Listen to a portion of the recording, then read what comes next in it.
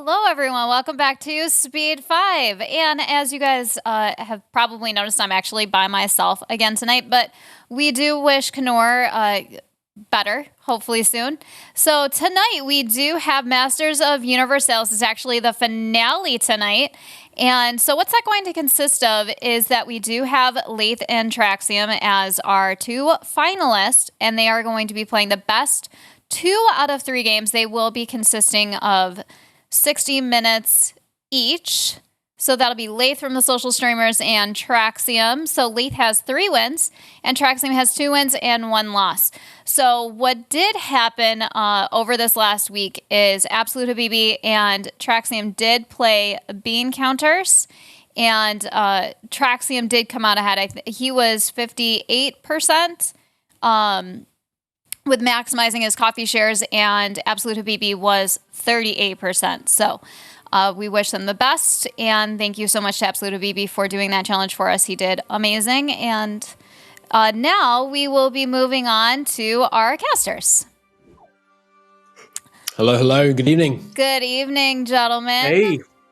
So how Pleasure are to be you here. both? Count Christo, how are you doing this evening? I'm doing great. Thank you. I'm looking forward to the challenges we have this evening. It's the first time when we'll have our competitors actually making some choices about which challenges they're going for. I'm interested to see what they pick and how it all works out and who can be crowned as the true master. Yes, is our first season of Masters of Universalis. That's huge to me, is who gets to be the first winner of our first season. So, Count Christo, would you like to introduce our challenges for tonight? Sure. So if we take a look at what we've got today, there are 4 challenges. And just to explain a tiny bit, the players each pick 1 challenge. And they will then, each take their crack at that particular challenge. Traxium's pick is first, followed by Laith second. And if one player wins the first 2, then it's game over, and they are the Master of Universalis. If we have a draw, then I will select a 3rd challenge, which they will take on. So they are, in the order that they are appearing on your screen, the Navigator. As Portugal, own a province that is as far from Portugal's starting territory as possible. That is measured by starting colonial distance from Portugal. It's probably going to be obvious who would win if we do that challenge, but that's how we would measure it. Next up, we have Sweden is not overpowered, which you may know as a name of an achievement in-game. And this one, you have to try and field the largest army possible by count of divisions, and subjects divisions do count. So this one is, it's basically an economic play. You need to be able to try and build up your force limit and your economy as large as possible to get the biggest army you can possibly field, buy up a load of mercenary companies right at the end, see how much you can expand to raise your loan limit to be able to afford more troops, all that kind of good stuff. And we'll see how our players tackle that one. And yes, subject divisions counting is interesting because it gives loads more opportunities. Next, we have the war to end all wars. So for this one, you have to be involved in a war with the highest possible combined casualties. That means your casualties and the enemy's casualties and any of your allies' casualties all added up. How high can you crank that number? Which means basically what you're probably going to see in that one is our players trying to grow as big as they can. And this, they can play as anyone. Grow as big as they can, and then basically assemble the largest coalition they think they can plausibly fight. Because it's not just about finding the strongest possible people in the world to oppose you. It's also about trying to find someone you can fight, in an attritional war that lasts long enough to crank up that casualty count. And then, as our final potential challenge, we have the Splendor of India. As a nation starting in India, maximize your stored quantity of splendor by the end of the Age of Discovery or after 60 minutes, whichever is first. So in this one, you of course have to be trying to complete those age objectives, as many as you can within the time frame. And of course, you're doing it without actually spending any of your splendor, unless we see some very radical strategies that involve people actually spending the splendor as well as trying to raise it up as much as possible. So it's going to be how fast can you complete those different age objectives, some of which, of course, are fairly tricky, like, having to get to multiple continents, all that kind of stuff. But those are the 4 challenges. And Ludi, I'm curious, for you personally, which of these do you think you'd be best at? What would you pick?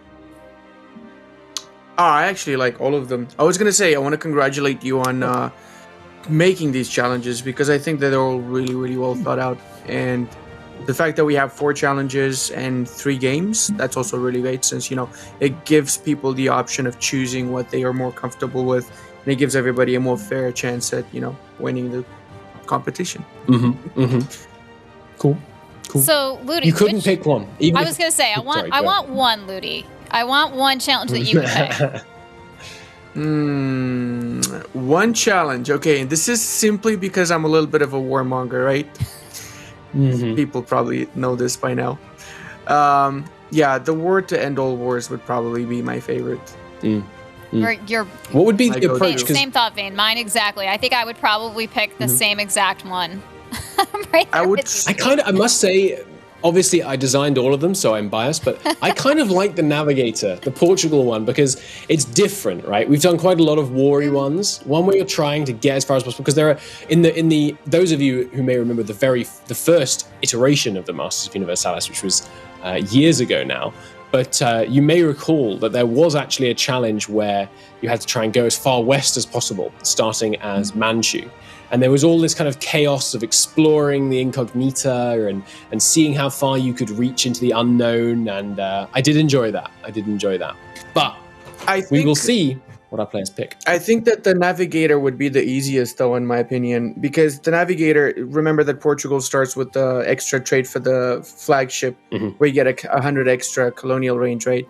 So if you really wanted, you could use that and you could quickly no-CB Congo, and then you can colonize after you no-CB and cored up Congo. You can colonize somewhere in the middle of the Indian Ocean, and then by 1465, easily you could get all the way to Micronesia. All right, fair gentlemen. enough. Yeah, fair enough. On that note, we're going to hand back to Leah. I will let you guys go for just 1 second. We're going to go ahead and bring our players in. Good evening. So, Traxium, we're going to start out with you. How are you feeling tonight?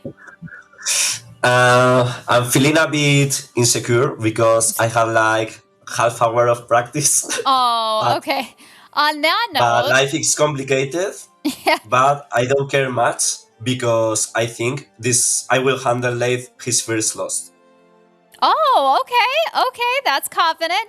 So, on that note, well, congratulations on making it to the final. And what was your challenge that you wanted to pick? For me personally, I'm going for step 1 for the first because I expect Laith to win the second actually, but I'm winning the first, and the first one is going to be the Navigator playing with Portugal. I think it will be an easy dub. Then we're going to whoever Laith decides. Okay, well, that is definitely confident. I have to say, Laith, do you have anything to say to that? Do I have anything to say? Well, I've got the jumper ready, of course, as always. Prepared. Always confident. I don't anticipate this going the distance. I'm prepared if it is, of course. But if you have evening plans, I would say keep them intact because, two rounds is all it's going to take. I appreciate Traxium bringing the heat. It's nice to actually have someone trash talk back so I don't look that bad. But no, I think I'm fairly confident. I think it's going to be a lot of fun. So Navigator first. Yeah, and what are we going to be doing second, Laith? Second, we're going to be doing the War to End All Wars because I enjoy chaos. I think I thrive in it, and I think that'll throw Traxium off his game. If you recall, I beat Traxium because he triggered a coalition and was not able to handle the war. So I think hopefully I'll trigger some sort of internalized trauma from that, and that'll prevent him from doing very well in this challenge. Okay, well, that is certainly confident on both sides. I can't wait to see what exactly happens with this. So good luck, gentlemen, and I think we are going to throw it back to our casters. Okay. So we know the challenges now. It's going to be War to End All Wars and the Navigator. So really, we're both just getting our way. You love to see it. Pretty much. I'd like to point out, Laith, not the only one who can flex this particular jumper, by the way. So I'll just leave that in the background while we keep playing. That one is inside out, admittedly, but it's going to be interesting. So Navigator first. You were saying you reckoned within the time frame they could get essentially the maximum possible score, which I believe is a Pacific island, probably. We'll obviously run checks as and when necessary to confirm final scores in this one, but that would probably be one of those Pacific islands. I'm gonna it's more interesting if we have descent, so I'm gonna be the doubter. I don't think they can get that far east in that time. I think we're going to be looking at more of an Indian Ocean style finish, but we'll see. Well, you have to realize that they get a free province from India from one of the missions. The Portuguese literally get the province of Goa from clicking a button. So that's half the challenge right there. It's true. But we're going to get into these games very shortly, and we will see how we're doing. Chat, obviously, it's great to have you with us. Get your predictions in now. Laith or Traxium on the first round. And Laith, obviously, with the flexing of not expecting it to go to 3 rounds, we'll see if he's right. One thing I should mention, I'm not certain if it's been mentioned already, we are doing 60-minute challenges today, not 90 minutes. So that will change up the dynamic a little bit on how some of these challenges go. But I think, without further ado, let's go. Let's get those timers started and we can play. So if we hop over to my screen for a second, let's take a look here at what they're attempting to accomplish. So obviously Portugal starts over here. And if we take a look, this is a map mode I don't tend to use that often, I admit, so let me just bind it here. But if we look at where is it gone? Where on earth is... There it is, colonial range. So if we look at the colonial range map mode, we can see that if they get, for example, to Goa, which obviously, as you rightly point out, should not be too hard, I actually need to be in as Portugal, of course, otherwise it's going to show everything's too high. But let's say they got down to Sus, that would be, 35 effective distance. And what we'll do is we can check, obviously it's quite difficult to check in the multiplayer game, but we can check from here. It's 1,482 if they get to this province, for example. They're trying to maximize that number. Do ask for any clarifications in the chat. This is one, I realize this challenge is a tiny bit, imperfect in terms, not imperfect, but I mean, I designed it, they're all perfect, but it's not quite as clear as it could be. But let's take a look here at Laith's opening moves. Okay, so we've got 2 admin skill, 1 dip already in place. You have to imagine that's because obviously he's going to try and rush those colonial ideas, be able to start getting through things. He has got the English Alliance mission done. Which mission is it that gives them Goa again? It's, I forget. Is it push to India? Push to India, yes. Yeah, I think that's the one. So in order to achieve that, they're going to need... He needs to discover colony in Guinea. Coast, essentially. Yeah, but also colony in Guinea, colony in South Africa, and the Cape of Good Hope colonized, and then they're in. So that's obviously not too tricky, and we're off. Speed 5, living up to the name of our programming here today. Gosh, only 59 minutes on the clock. It's not a huge length of time.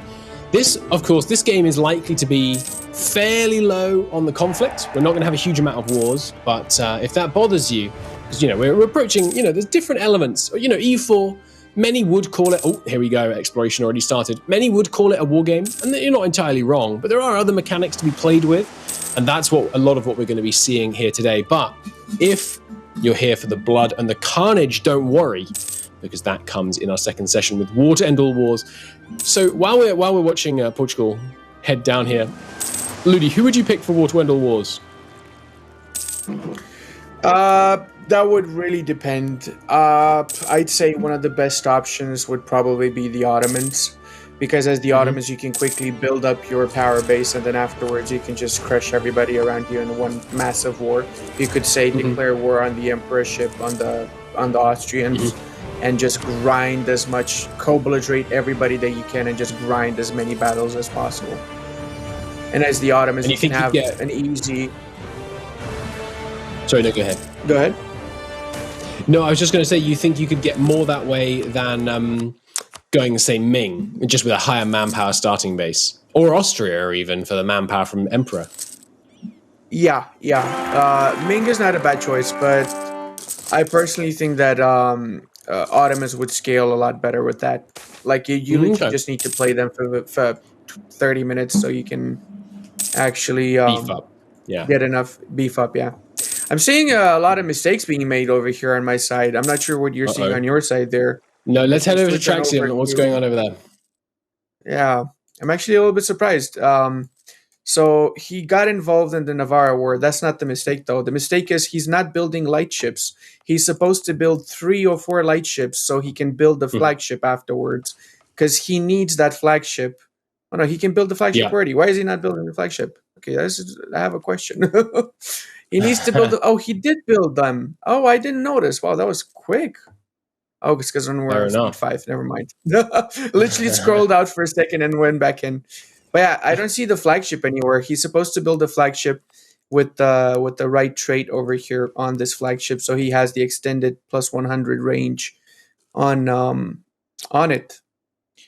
Exploration range. That would here. make sense. Yeah, that would make sense. We a similar stuff over here on this side though. Laith also not building that flagship. I guess they're deciding that basically it doesn't matter too much until they've actually got their first ability to actually it does colonize. matter. It does matter because Why? you want to do a no CB war against Congo before you can colonize, because you still start with the Diego, whatever his name is, the explorer from day one. So with this explorer, you can colonize, you can explore pretty much the entirety of the Atlantic, the south bit of India. So you can do a quick war of basically a no CB either against Fulo or somewhere in the Guinea area. So you do your Guinea mission and then another no CB against the Congo. So you do the Congo mission. So by the time you get exploration, you have everything done already. And if it's about, but we just need to save the admin points for the whatchamacallit, for the tech, we don't want to stab up, that's fine as well. But you can still do the exploration and do the wars as soon as you get admin 5, which should be fairly soon.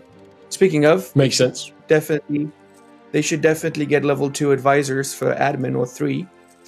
Haven't seen that happen on my side. Ooh, we got a -1 stab. That's pretty brutal right there. How is it over on Laith's side? Sure. Well, meanwhile, on Laith's end of things, we are not involved in any of that war. The war, in fact, is not going on. But what we do have is a spy network being fabricated against Jolof, which is curious. I suppose he's only able to act on that once he gets Cape Verde under control. But I have to imagine he's aiming to be grabbing that, and then I guess conquering into Jolof, potentially thinking of trying to cut through Africa. But he's going to have to wait for colonial ideas. So I don't quite understand the advantage of doing that. Because I mean, even if he were to kind of snake his way through Central Africa, he's gaining territory that he could grab just with a colony really, really fast. So I'm not too sure.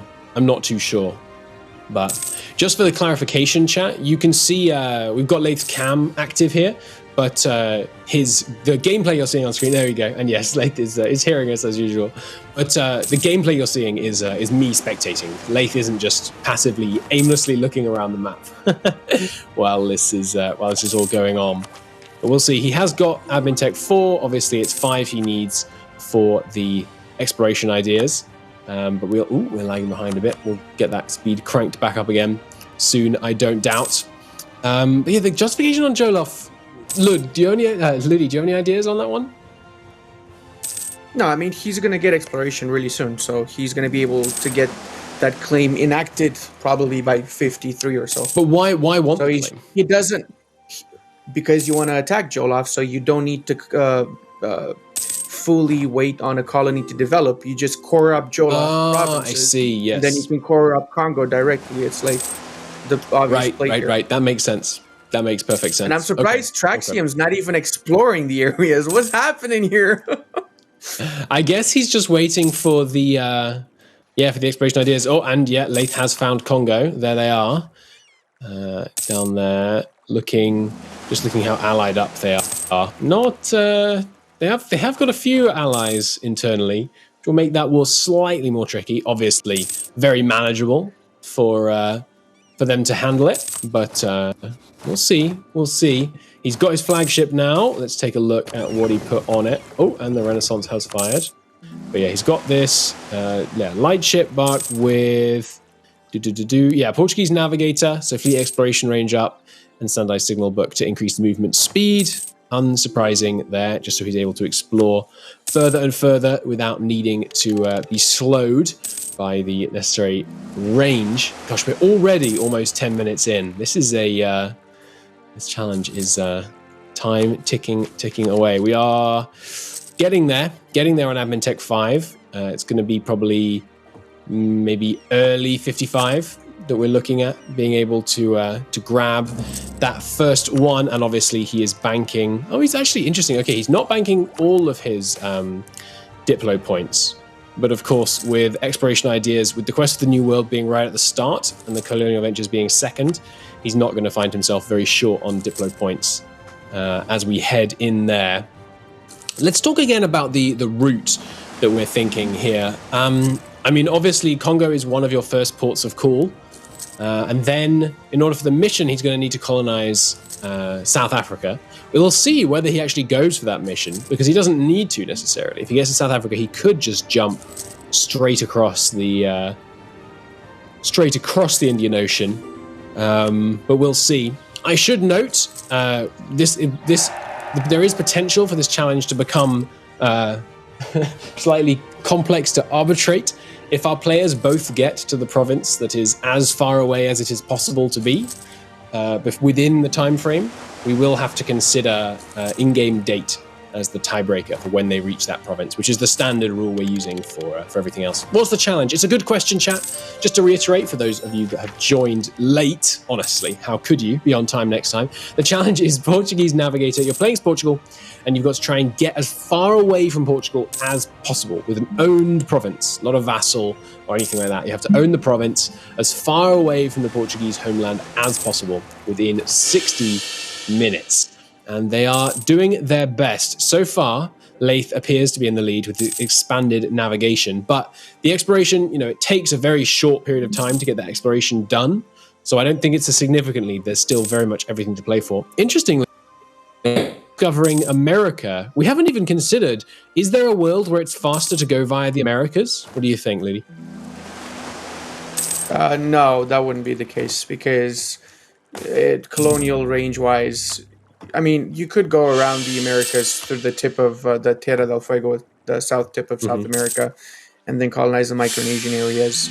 That would be one way also, but it would actually be a lot faster via the Asian parts, because you don't need to wait for the you don't need to wait for the provinces to actually get colonized, right? You take one province in Jollof, you take one province in Congo, then you colonize. The one you actually need to colonize is the one in South Africa, and then you switch from the South African bit all the way to the Indian one, and then you go to the Micronesian. So you literally just need to colonize 3 provinces. If you go via the Americas, you have to colonize 6 provinces to get to the same place. And we all know that colonization early on is a lot more painful than actually. Yeah, it takes a long time. For sure. We are seeing exploration ideas now picked on Laith. Let's take a quick date check. There we go. Colonial Ventures, October of 57 was unlocked. Pretty good pace. How's Traxium doing relative to that? If we switch over to Traxium, he's had it for a while now. He's colonizing Cape Verde. He's not getting a claim on Jollof to get a province from Jollof. I have no idea what he's doing, but he definitely is not listening to the stream, that's for sure. I can tell, because otherwise he has been more opposed to that. He'd not be continuing down this path. He started colonizing though, but he doesn't have the flagship. He didn't even build the flagship, so he's limited by a lot of things because he doesn't have the flagship. I think he's just going a standard colonial game, so I expect this to be a loss as well, honestly, if he's not going the Asian path. Well, there's definitely still... Oh, okay, and there's the first colony established. Claim on Jollof, war on Jollof, if we head back over to Laith's perspective.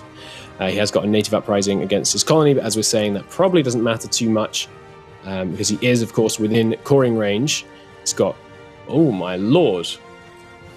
What is that? We have a very loud... Oh, I apologize. That's on my end. Sorry, Lily. Sorry about that. I thought we were suddenly having extremely loud music playing through the stream. That was just on my end. Anyway, if we come back over to Laith for a second, he's just deployed and landed his troops down onto Jolof. They are marching through here and storming into the capital. Any allies on Jolof's side? Yes, but not too significant. And obviously, with the tech advantage, he's cruising in there, instantly pushing through this fort. Obviously, Speed 5 wars are a little bit riskier than they could be. Things do tend to pass pretty quickly. Does Portugal's age ability come into play here? Yes, potentially they will want to grab that. We'll see how much of their speed limiting is by colonial growth rather than colonial range, but I assume they will be using the 50 global settler increase to help things go just as fast as they possibly can.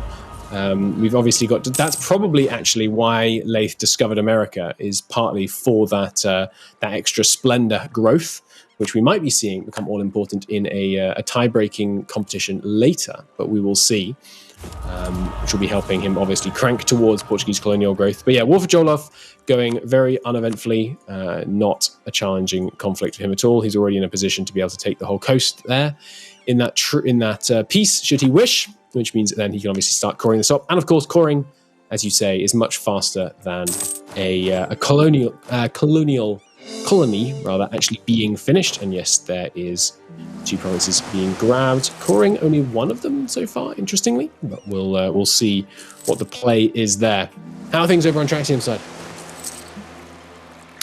If we switch over to Traxium, he's holding out. He's not getting the plus 10 settlers for some reason, even though right now he's only... Okay, he just got it. So he's got 600 settlers about to colonize Cape Verde, but he could have easily had a province in Jolof cored up already by now, which meant that he could have started the war against Congo, since he doesn't need to worry about admin points anymore or about no sea being. So by 1461, you should have already your colony in South Africa for both sides. Not sure what the play is here. Honestly, don't know. He's still got that spy network on Bologna, which I'm guessing he did it because Bologna's got admin tech 5. But yes, okay. Just trying to speed along the towards getting colonialism as well. Sorry, expansion as well as exploration. Yeah, I wish I could talk to him actually to get his input on this one. So I'm curious in the debrief to see what he was thinking when he did all of this, honestly. Yeah, it's always very curious to see what our players come up with at the end, but it'll be interesting.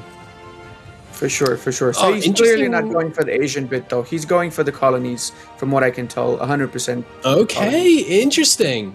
2 very different plays being seen here. Then it's gonna be very curious to see which strategy comes out on top. Puerto Rico as his first colony here. So I guess what he could do is he could snake across the middle of North America and go into the Alaskan bits. That actually would be further away from Portugal than the Pacific would be. So that could put him ahead of it. But that's like at least unless he colonizes Panama, he would have to go through at least 5-6 provinces colonized over the northern bit of Mexico. So Panama seems like the logical, because for Panama, of course, you have to deal with the fact that the ports are on different sides. So you'd probably go Darien followed by Panama, because then you'd get the adjacency from Darien, which would let you get in there. Yeah, that makes sense. Makes sense. Okay. I don't know. I think it's obviously a quieter challenge, this one. I like that we're starting out our final round though with a kind of a slightly more peaceful one. Actually, let me if we hop over to Laith's perspective, let me just expand on that last bit a second. So, provinces' colonial range from you is counted from where their port is once they have a port. And correct me if I'm wrong here, Ludi, but I believe this is right. Panama's port is on the south side, and Darien's port is on the north side. Yeah. So what you want to do is colonize Darien first. In fact, we can actually see that if we look at the colonial range from someone here. Oh, I may have had it the wrong way around, actually. I think I have it the wrong way around. Darien's is on the south, and Panama is on the north. Because as we can see for this native South American, that is to say, their range to Panama is only 30, yet their range to Darien is 1,571. So we can see. Oh yeah, you're right. Actually, true. Panama's on the northern bit. So you want to grab Panama first, followed by Darien, and that would be the quickest path through there. He will be able to reach Panama from, well, actually, you can check, I suppose, from Puerto Rico. He's probably got range, right? If we hop back over to Traxium. He already has the range, and he's actually on Panama. He just colonized Panama right now. Nice. So okay. I mean, that's fast. That's real fast. Yeah, it is actually really fast.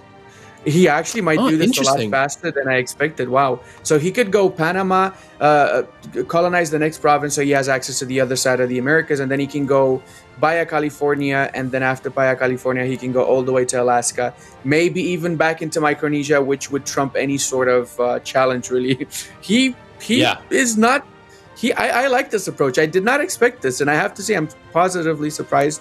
Happy to see that he went this way. It's actually always going to pay off. Always love to see when our players can surprise us. Meanwhile, we do have a Laithian, can I say that one? Laithian, do we think?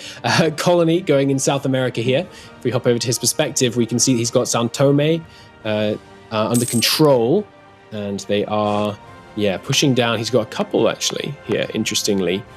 Not sure why he's getting multiple colonies. This is the third colony he's got here. I'm not sure what the strategy is there. Okay, he's abandoning them. He's abandoning one of them. Okay, I guess he just went slightly less far than he actually realized afterwards. He was able to push down here, taking the southern route, not colonizing or even exploring the Caribbean. Very cool to see two very different strategies under effect here, but not going after Congo yet. And he is justifying on who is this?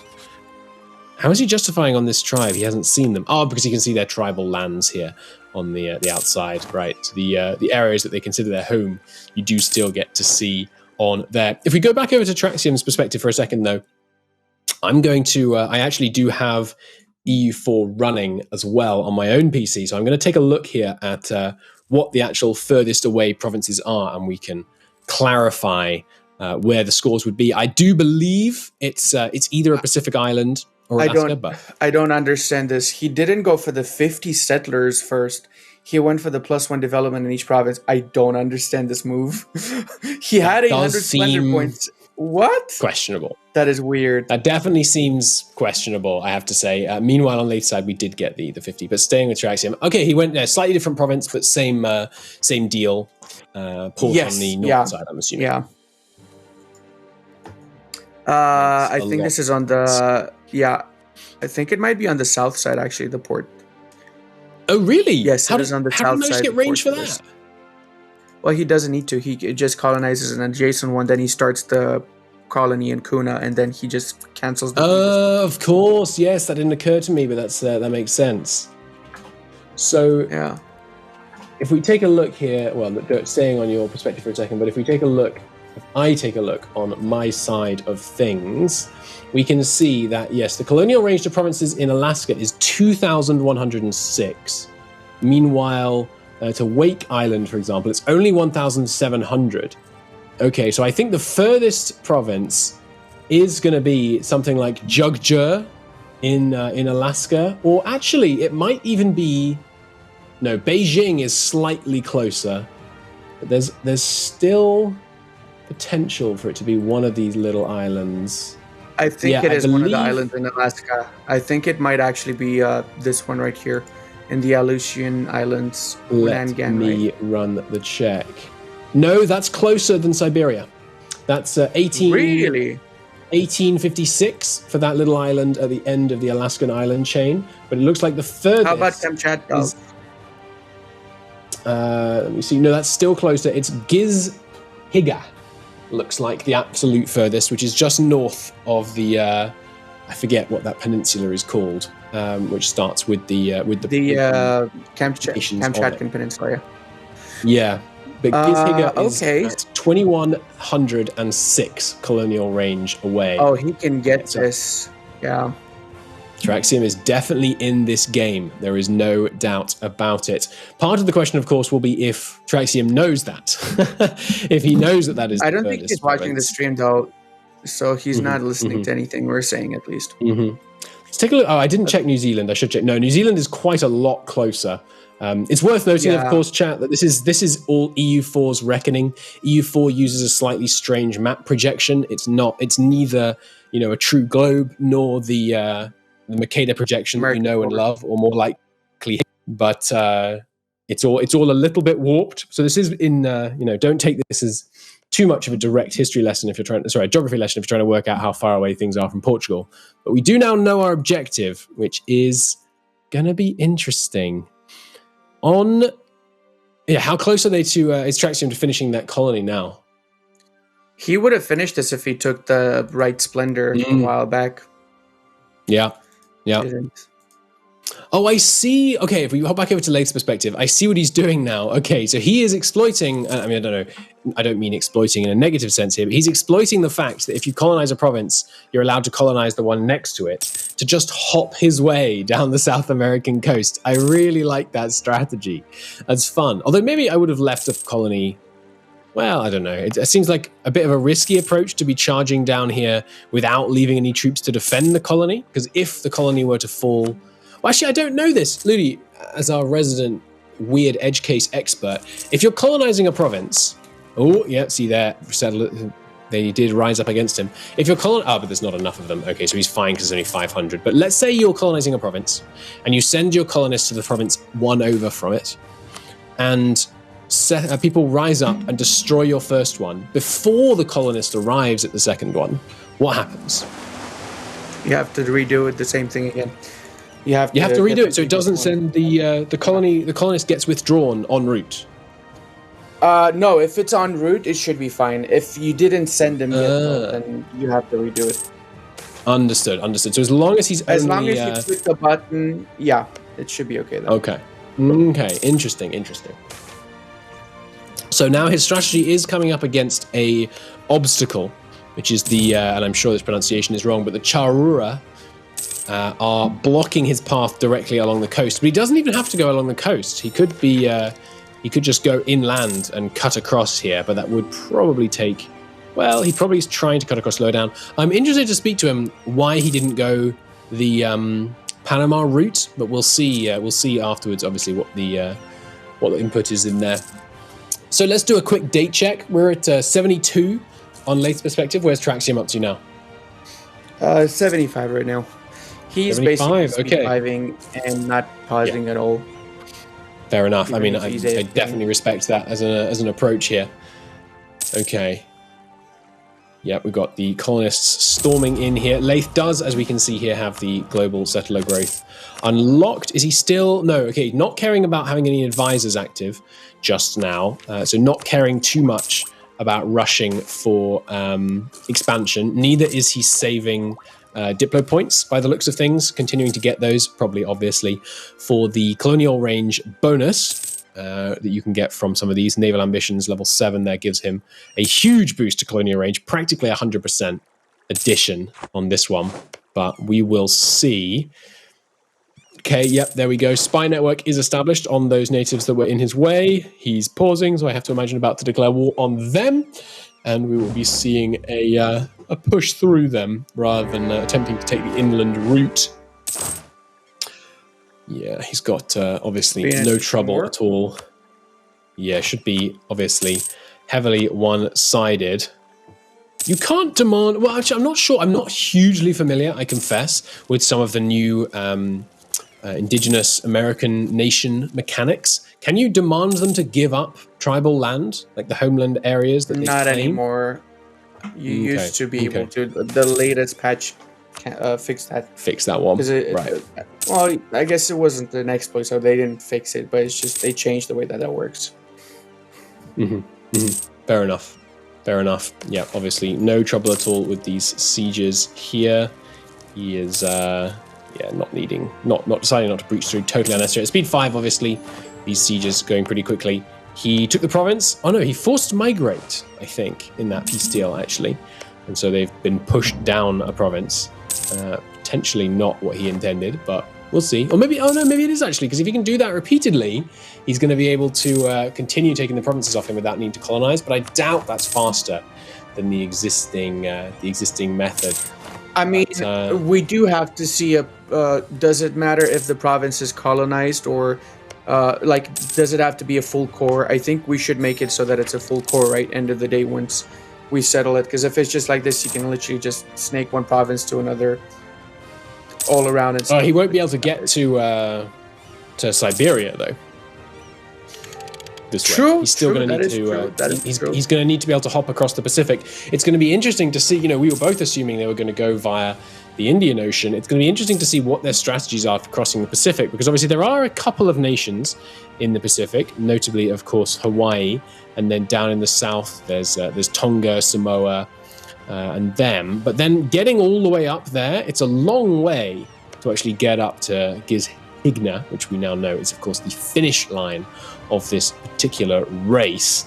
But it's going to be interesting to see. Of course, players need to get there first. Let's hop over to Traxium. How's the? I assume the colony south of Panama is completed now. Yes, we're already colonizing the Californian area now, the Baja California. So Nice. we're doing quite well off, I'd say.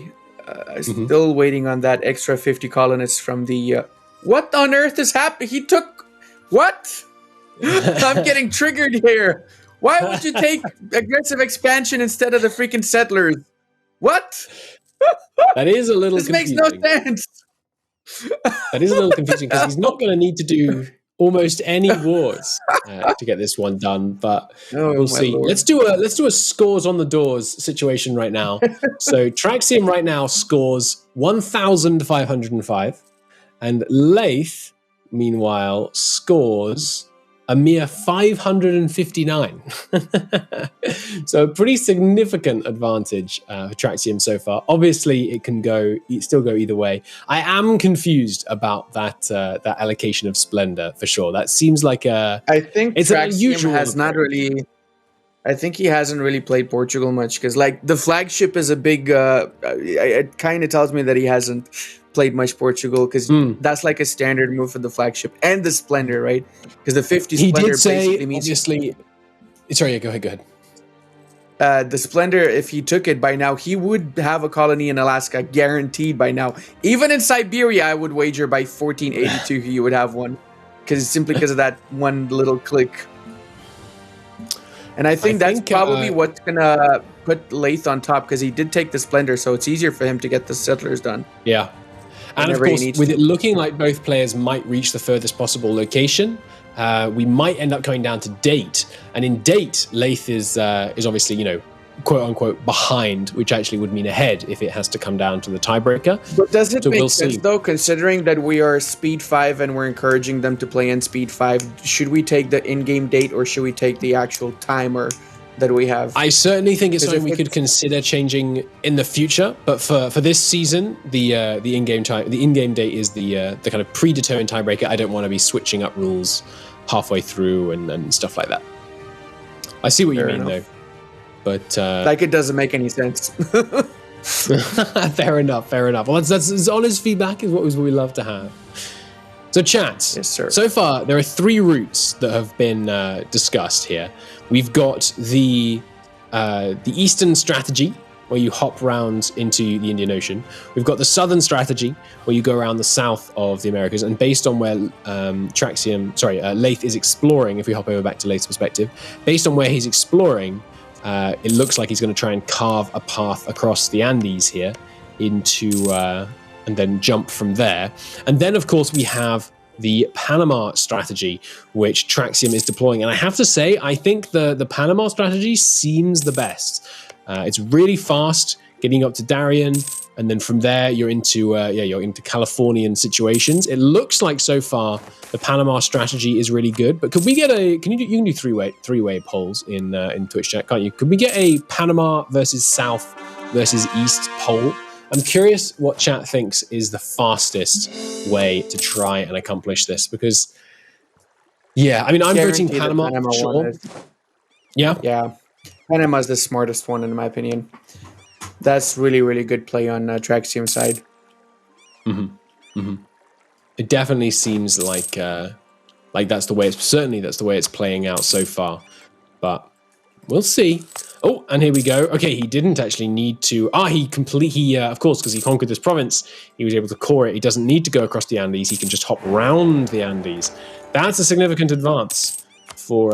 Sorry, I'm checking on the wrong screen here. But that's a significant advance, and he is now exploring into the Pacific. How's Traxium's Pacific exploration going so far? Let me hop on over to Portugal. He has explored a big chunk of the Pacific right now. Pretty much the entirety of the eastern bit of the Pacific. He's got all the way into the Alaskan bits explored.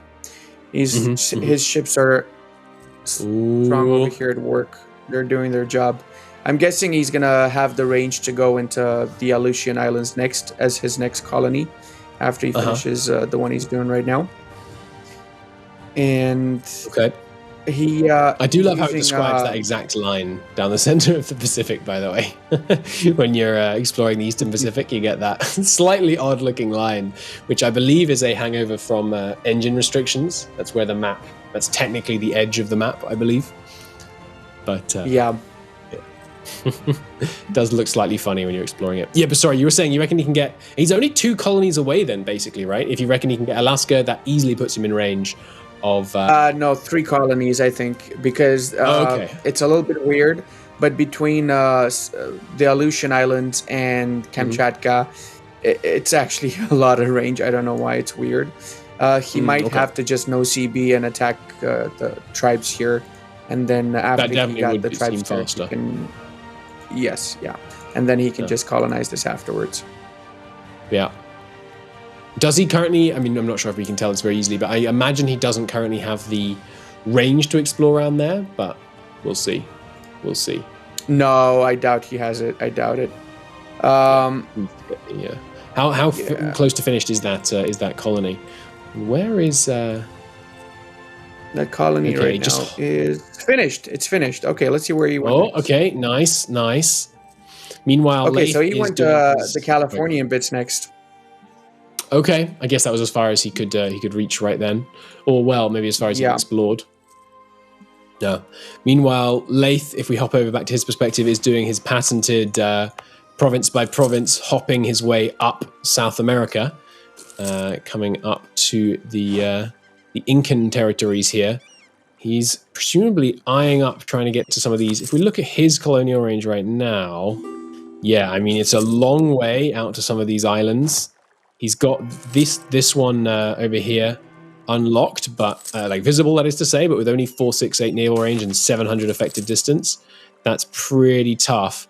He's only getting another 50 base range at tech level 9, and he doesn't, I believe, have any colonial range. There's none in the Portuguese ideas, are there? No. Was it under? No, there isn't. Okay, so he's in a bit of a tough spot. It looks like he might end up having to go all the way up kind of the same route that Traxium has taken, but very much the long way round, potentially. Yeah. I mean, unless he's got something else up his sleeve and we don't know. He also surprised us with the previous run, so you never know what's happening. Maybe if you check, maybe he's got some other colonies going on, or maybe some Panama. He's colonizing Panama right now, so it looks like Laith has made a late game pivot to the Traxium strategy. I mean, this is I know he's on screen right now, so we'll get his expression to this, but this is not the kind of play we expect from the man with the jumper. Pivoting with only 23 minutes left on the clock to his opponent's strategy is, I can't imagine that going well for him. If we look at Traxium's perspective, where has his exploration got to be? Traxium still doesn't have the 50 settlers, so he went for freaking transfer sub. Okay, this man clearly has no idea that Portugal gets the 50 settlers from the Splendor idea. I can tell you right now. It seems that way. Oh, that's gonna. Honestly, I feel like Laith could actually catch up to him simply because of that extra 50 settlers. That's a huge. Only 6 years. I don't know. He'd have to get 2 colonies in 6 years. I'm not sure that's quite doable, but if we take a look at, he's got the visibility on the Siberian natives now, right? Yeah, he does. Yeah, he does. Is he justifying on them? He's justifying on someone. No, he's not. He's justifying on Morocco. Okay, I guess they're ahead of time on something, maybe. But we'll see. He doesn't need Meanwhile, to justify. He can just no CB if he wants. it's true. Yeah, I mean, if you're going for speed, that's all you need, isn't it? But yeah. Wait. Oh no. Oh God. Traxium is a junior lost his partner. He lost it. I already. don't think he did. He's He not doesn't gonna- need the war. He needs I'm not to get one sure. of these three.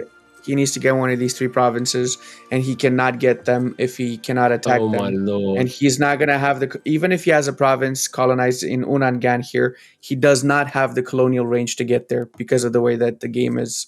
What if he did the province walking strategy from the northernmost tile? Is that He even cannot. colonizable? No, it's wasteland. No, it's not. Oh my lord, that is a turnaround and a half. That very much puts Laith back in the game here.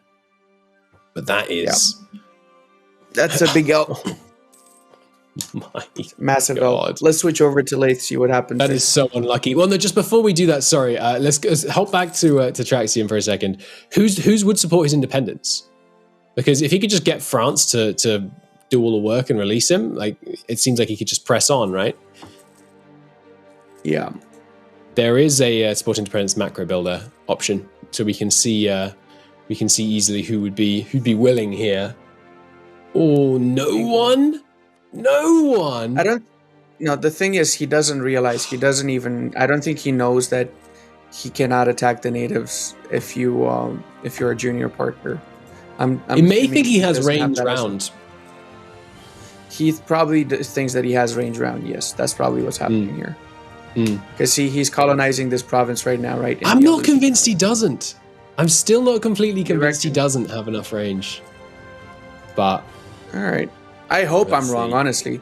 I mean, as far as I know, this range thing is an issue. Well, it was an issue a long time ago when I was playing in this area as Alaska in one of my previous games. But that was before Emperor DLC, so maybe some changes have occurred. But it's I a don't long know. way I don't, round is I the don't problem, think, right? I don't think. Yes, exactly. Yeah. I don't know. It's going to be interesting to see. I mean, they did make changes because they gave the Ainu these islands, right, and stuff. So maybe they did make some changes I don't know about. Chat has a great point, actually. He doesn't need to win the independence war. He just declares the independence war, declares war on the natives, wins war against the natives, surrenders to Castile. He doesn't need the victory. True. That's a great point, chat.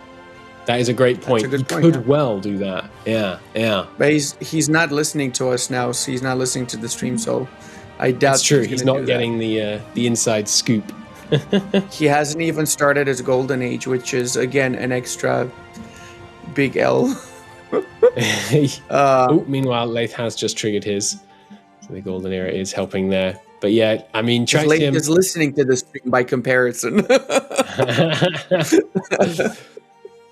Meanwhile, Traxium. Sorry, Laith still seems like he's going to try and go through the southern area, but he just doesn't have the range for it. Oh, he does now. Okay, he could get, and he is indeed sending colonists there. So he's taking, I guess, what Laith is trying to do here, and more power to him, is cover his bases, right? Because he's got a colony going in Panama, and he's got a colony going down here in Rampuni, and Right. push his way through.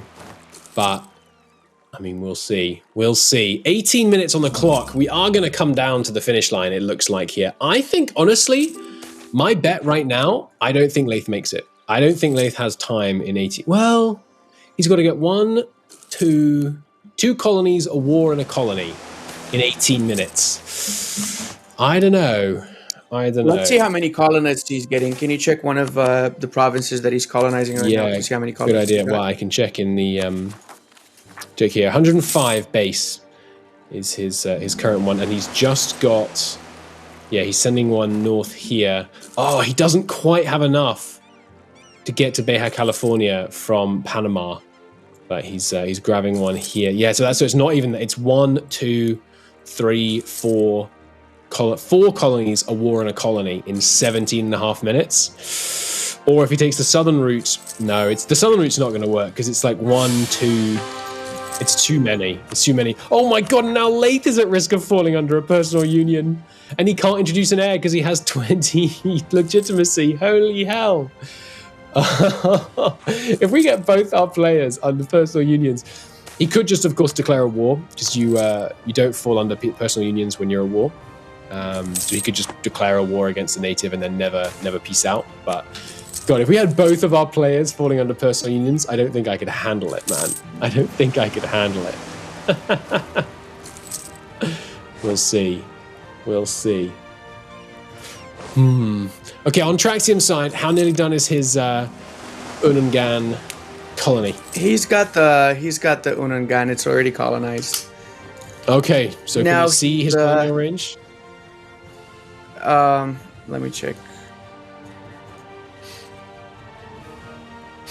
He hasn't explored this area, so I cannot see if he's able to get it or not yet. But he has range on the natives, presumably. Yes, he does. Ooh. He's going in the If we hop back over to Laith for a second, he has just declared war on the Siberian locals, but he doesn't have. I guess he's going to do the trick where you vassalize one, but he shouldn't be able to vassalize, right? Because you need they changed that, so it wasn't as. Oh no, he can. Help me out here. Why can he vassalize them without colonial range? I thought you had to have colonial range on one of their provinces now to vassalize. No, you don't. Oh no, to annex a vassal, you need to have range on one of their provinces. Annex, yes, right. That's different. Yeah. Okay. So he's going to be able to vassalize one of them, then declare war on the one next to the one he's vassalized, then conquer them, and then he'll be able to colonize next to that, and he'll be at the finish line, which he can do in 15 minutes. But I mean, the time pressure is definitely on. Where are his transport ships? Does he even have any transport ships? Yes, here they are. They're down in the south, getting ready to pick them up. Okay. That's definitely going to make it a lot closer. Interesting. Well, I'll keep an eye on the war. Let's go back to Traxium. He's got the discovery of the coast now. I don't know. It's going to come down to whether you're right about the colonial range, it looks like. I hope if he's got the colonial range. Yeah. He doesn't have it. Look at that. It's red. Oh, no. If he's close, though, he might be able to tech up. But no, that's like tech 9 or some schnapps that you need. What is his diplotech He needs to take one of these. He needs to take one of the countries here out. His diplotech. Okay. He might actually be able to get it. Oh, it's getting closer and closer, man. Next check. They're so close. It's so even. No, I don't know. It's nail biting. Mm-hmm. Well, on Laith's side, though, he has to get one extra province. He's got it. He has to own a province. He's got it. He's got the range. Right. Traxium's colonizing. 1504. Okay, so it's only. Make sure you know the date when the colonists arrive. Yeah. Because it's as soon as you own the province. As soon as you own, not cord. Okay, so in that case, as soon as you own it's going to be in 300 days. So 1506. It's going to be that's it. 1506. Okay, 1506 is the time to beat. By the looks of it, ho ho ho. Traxium really. I mean, the underdog pick. For sure, obviously, coming into today with 2 losses and a win. So now the question is, with 9 years on the clock, can Laith manage to beat that?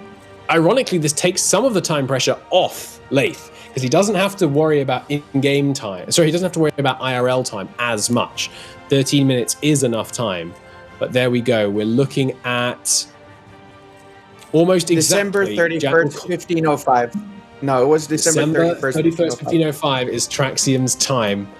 Well done, Traxium. And that it's not a scores on the doors at the end, as with many challenges. It's at any point achieved. So there we go. Yep. December 31st. That's the furthest province. That's it. Mm-hmm. Yes, sir. Mm-hmm. That's a really good speed. I'll be very curious. Yeah, if we look at Laith's perspective, he's got this province occupied now, so he's pushing for the vassalization. Of course, they're not accepting because, of course, the vassalization or annexation. Only -14 though, so with the traditional tick down of length of war, he's not going to wait too long for that to finish. Oh, and he's got the other siege going.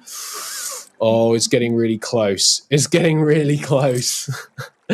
But he's still got 7 years. I think, honestly, for all of the glory that this is, I think Laith might still get it. Is that the single furthest province possible? Yes, it is. It's worth noting there probably are provinces slightly further away interior, but you can't measure the distance to them as easily. So we did make it clear to the players it's absolute distance based on measurable provinces from the Portuguese start. So that is indeed the furthest province away. And Laith has only 6 years remaining, 6 and a bit, to be able to pull this off. There is the vassalization. No surprise there. They migrated. If someone migrates into that province, that would cause a problem for him. He's also got bankruptcy looming. Can you colonize when you're bankrupt? Well, not really, but he doesn't need sure. to, though. He just needs to take the province of Chucky directly. That's it. He can take adjacent provinces to his vassals. He cannot core it, though, right? So that's an issue. No, he doesn't need to. He doesn't need to be able to core it.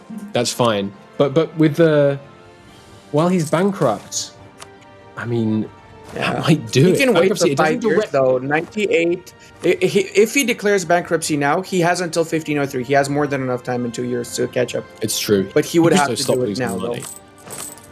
Yeah, it would fix his no, he's not economy, in too bad a shape on everything. cash, actually. No, He has a bit more money. He's not that, but yeah. Yeah, he's debased the currency, so that should stave it off. And he's at -2 stab. Obviously, things going there. He's got, what the heck?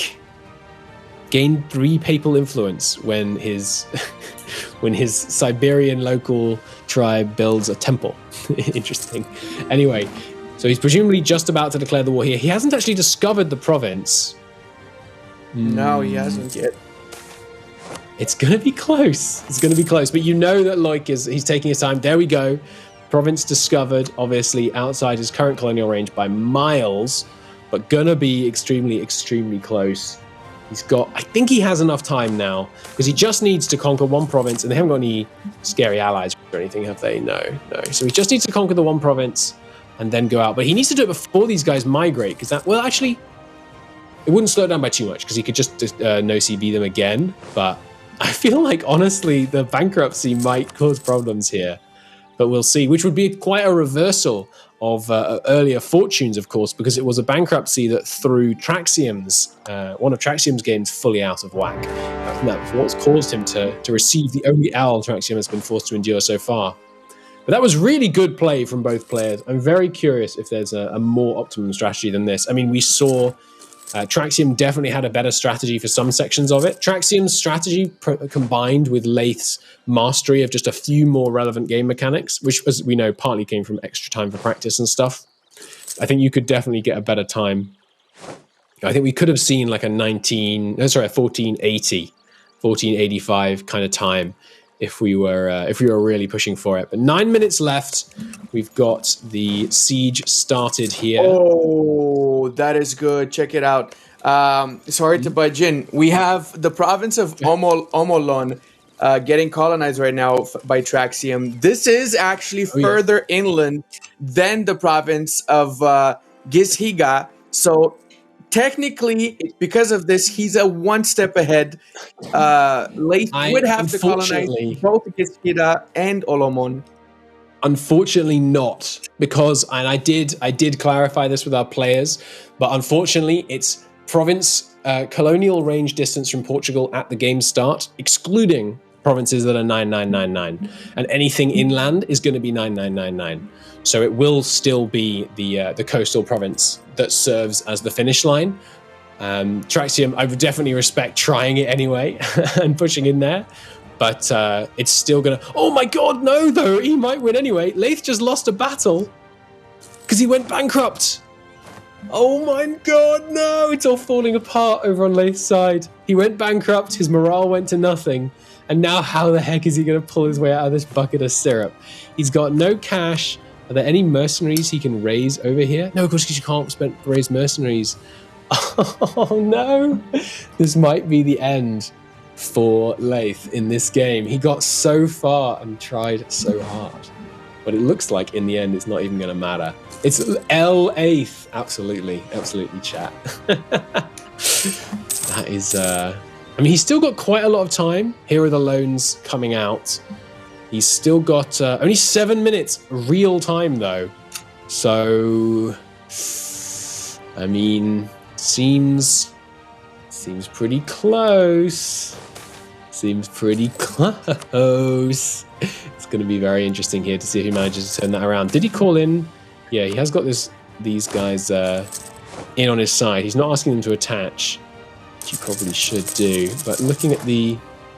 Okay, there is a bunch more troops being raised up in this province.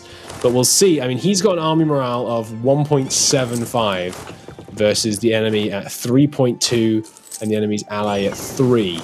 So even with more men, I mean, he's going to struggle. His vassal has 3 morale, though, of course. So he should probably try and get some of his vassal's troops helping in this fight. They're obviously worse tech group, but it's still going to be close. I think, given the bankruptcy, Ludi, what do you think? Can Laith pull this out?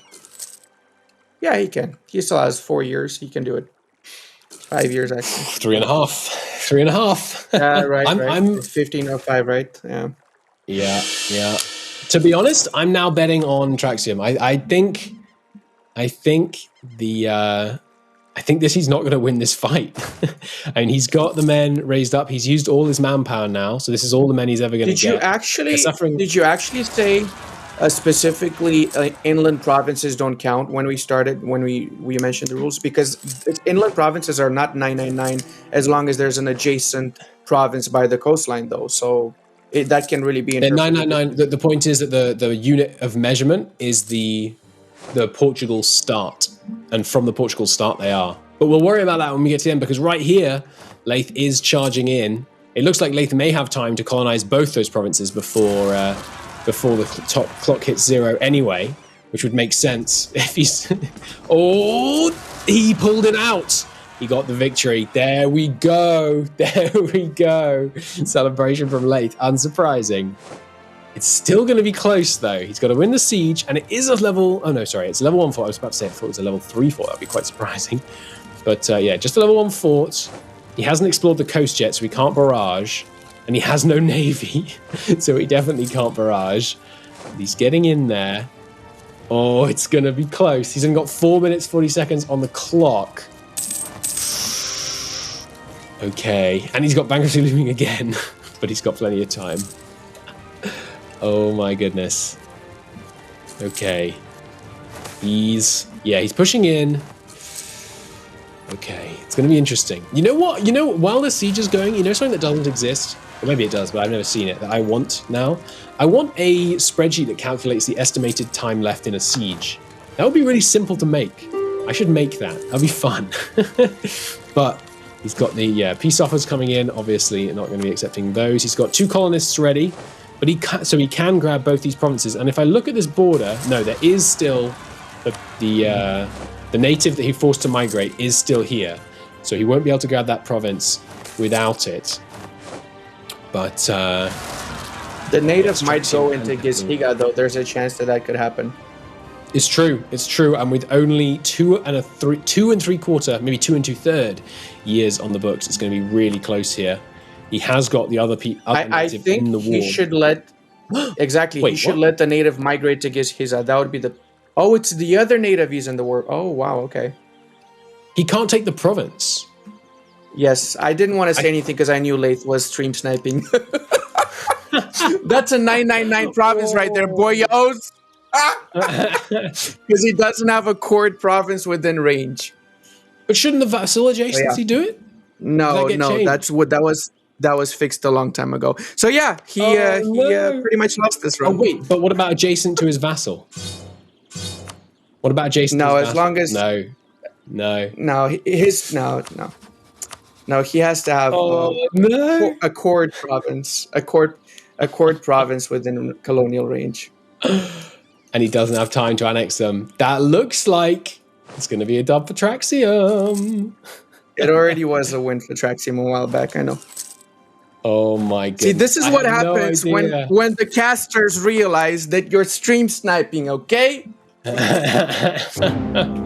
could have still won this if he went via the south, via the Indonesian parts, though, so that would have saved him, actually. Oh no. I don't think he could. He didn't have time. He'd still have to do water. He could have. Oh, He could have gotten the Micronesian colony, and then he could have directly taken Ainu land, and then from Ainu he could have colonized Giz, whatever it's called. Look at Portugal right now. Only Oh my god. Oh my goodness. Can he seize land? That's a good point. I don't think so. I think you can only seize land that's in your area. Yeah, it has to be within coring Even range. if he does, though, he cannot core it afterwards. So Well, he wouldn't need to. If he could seize the province, he'd be able to colonize next to it. yeah, no, that's a fair point. Yeah. But no, he's not able to seize it.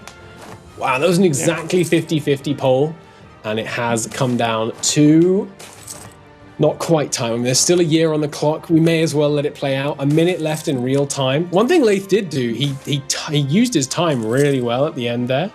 He did. He really running did. out of in-game time and IRL time at exactly the same moment. But it's the first ever challenge that Laith has been defeated in. Laith, as he shall henceforth be known for the evening. Of course, he has a chance to redeem himself in the War to End All Wars next. This was the challenge that Traxium picked, so obviously it has an advantage for Traxium. He's been able to focus in on this challenge more, but I'm not so sure about that because he didn't even get the settlers. He got the settlers in 1517. Come on, after he finished the run. That triggered me more than I can actually explain. But there we go. We are calling an end to it there.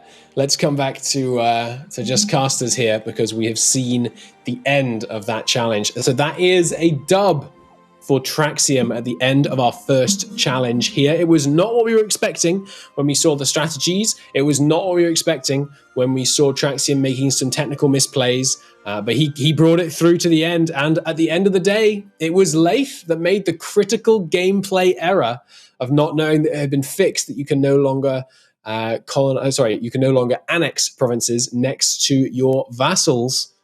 Ooh, the rare L.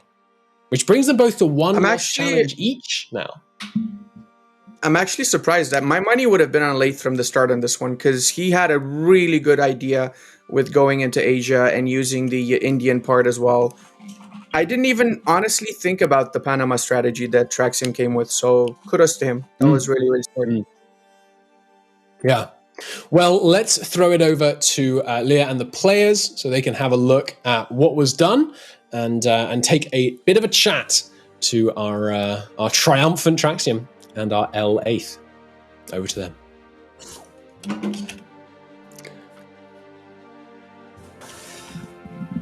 Your win, and not only your win, but also congratulations on handing Laith his first loss. How are you feeling right now? I'm feeling alright. I didn't expect to end up being a Castile vassal, but it happened. So Yeah, but you know what? it's Hey, fine. yeah, you know, you were that did happen, but you still got the win. I'm impressed. That was you. One, you said that you were going to hand him his first loss, and you did. And you got your win. I'm so happy for you, my friend. So I do have a question, though, and I think Ludi might have words with me if I don't ask you this. Why did it take you so long to get those 50 colonists? You mean the era buff? Yeah, there was I think they said that you took like +1 or something for it instead of getting Portugal's 50 colonists, and that was driving Ludi crazy for the whole hour. I totally forgot. totally forgot. It's crazy. when I saw and I already picked like two era buffs, I was like, oh my god, this cannot be. I forgot the Portugal one. Didn't remember that. but it seems I won even with that. But Yes. I was doing fine on time, I guess, because of the personal union, I couldn't get the province I wanted, but I think I get the one that was more close to the one I wanted.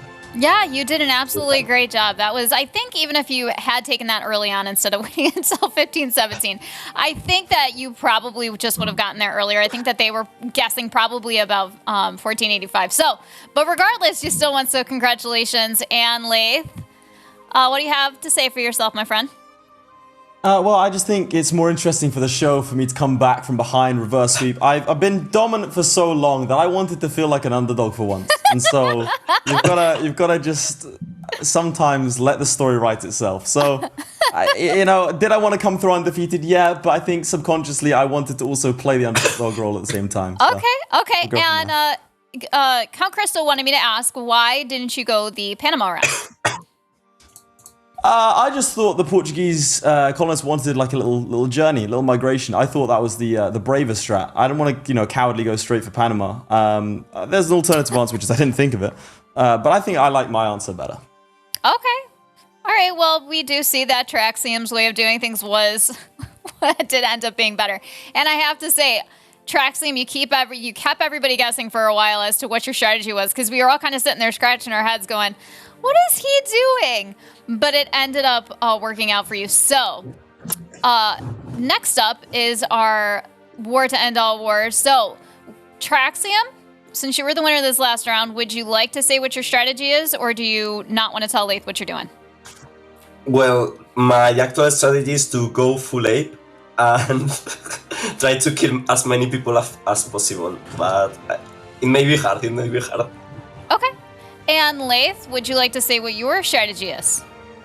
Do I want to? I feel like I would be bragging at this point if I was ahead, but no. So I think I'll do something that will be unexpected initially, and then you'll look at what I'm doing and go, oh yeah, that makes sense. Okay, well, I will let you guys go for now and go get ready, and we will throw this back to our casters.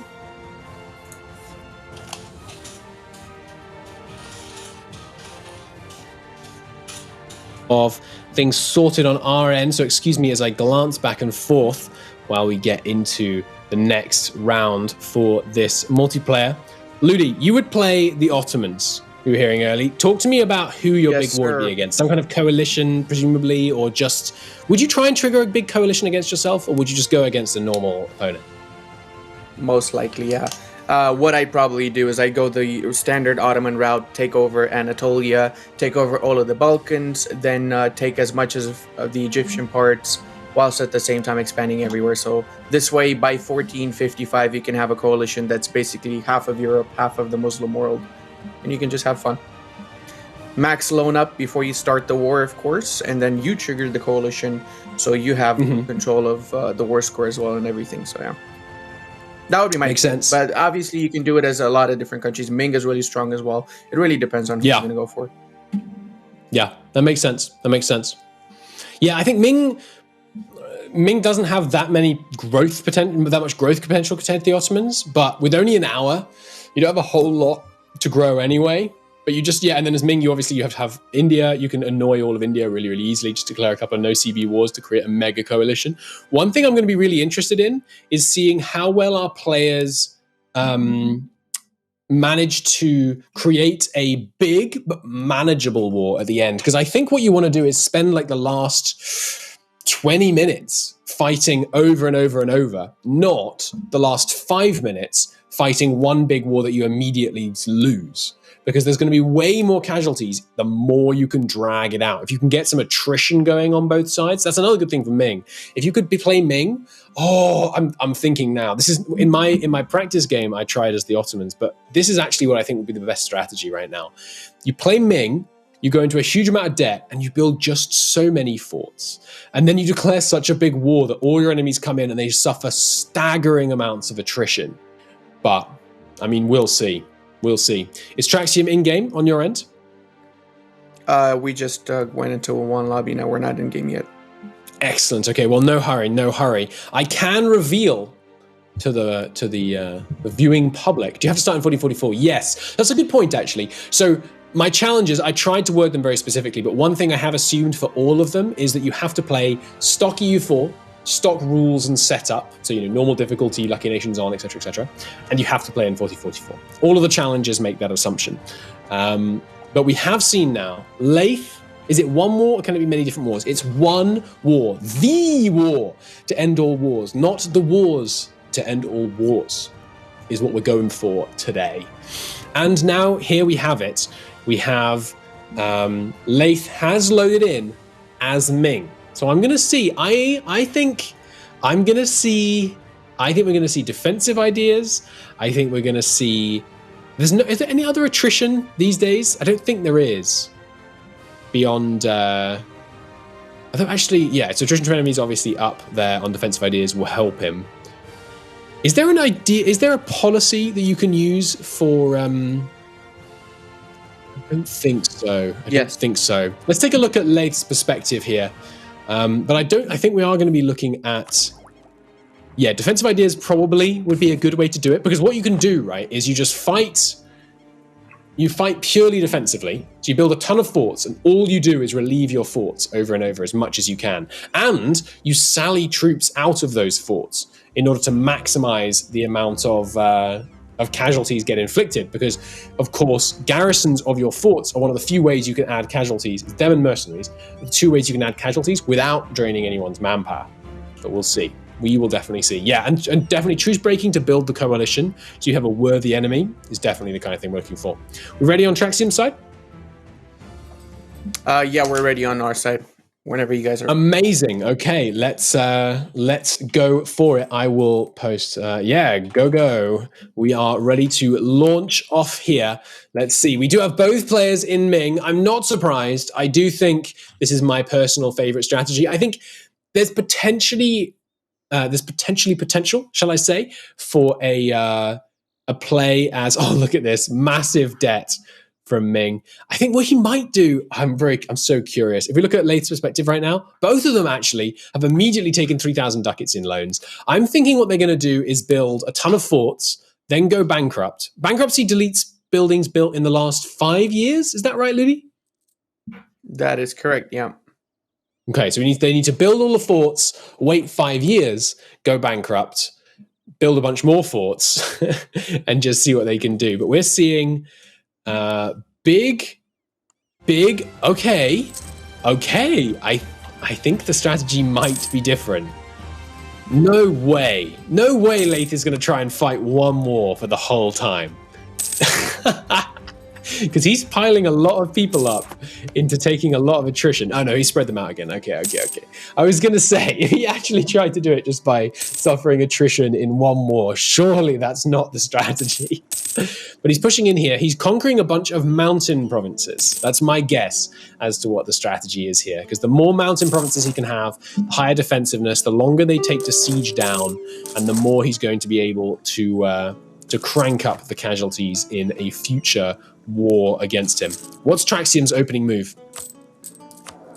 Traxium is a little bit more pacifistic right now. He just finished his estates, and he's got one advisor, not all three for some reason.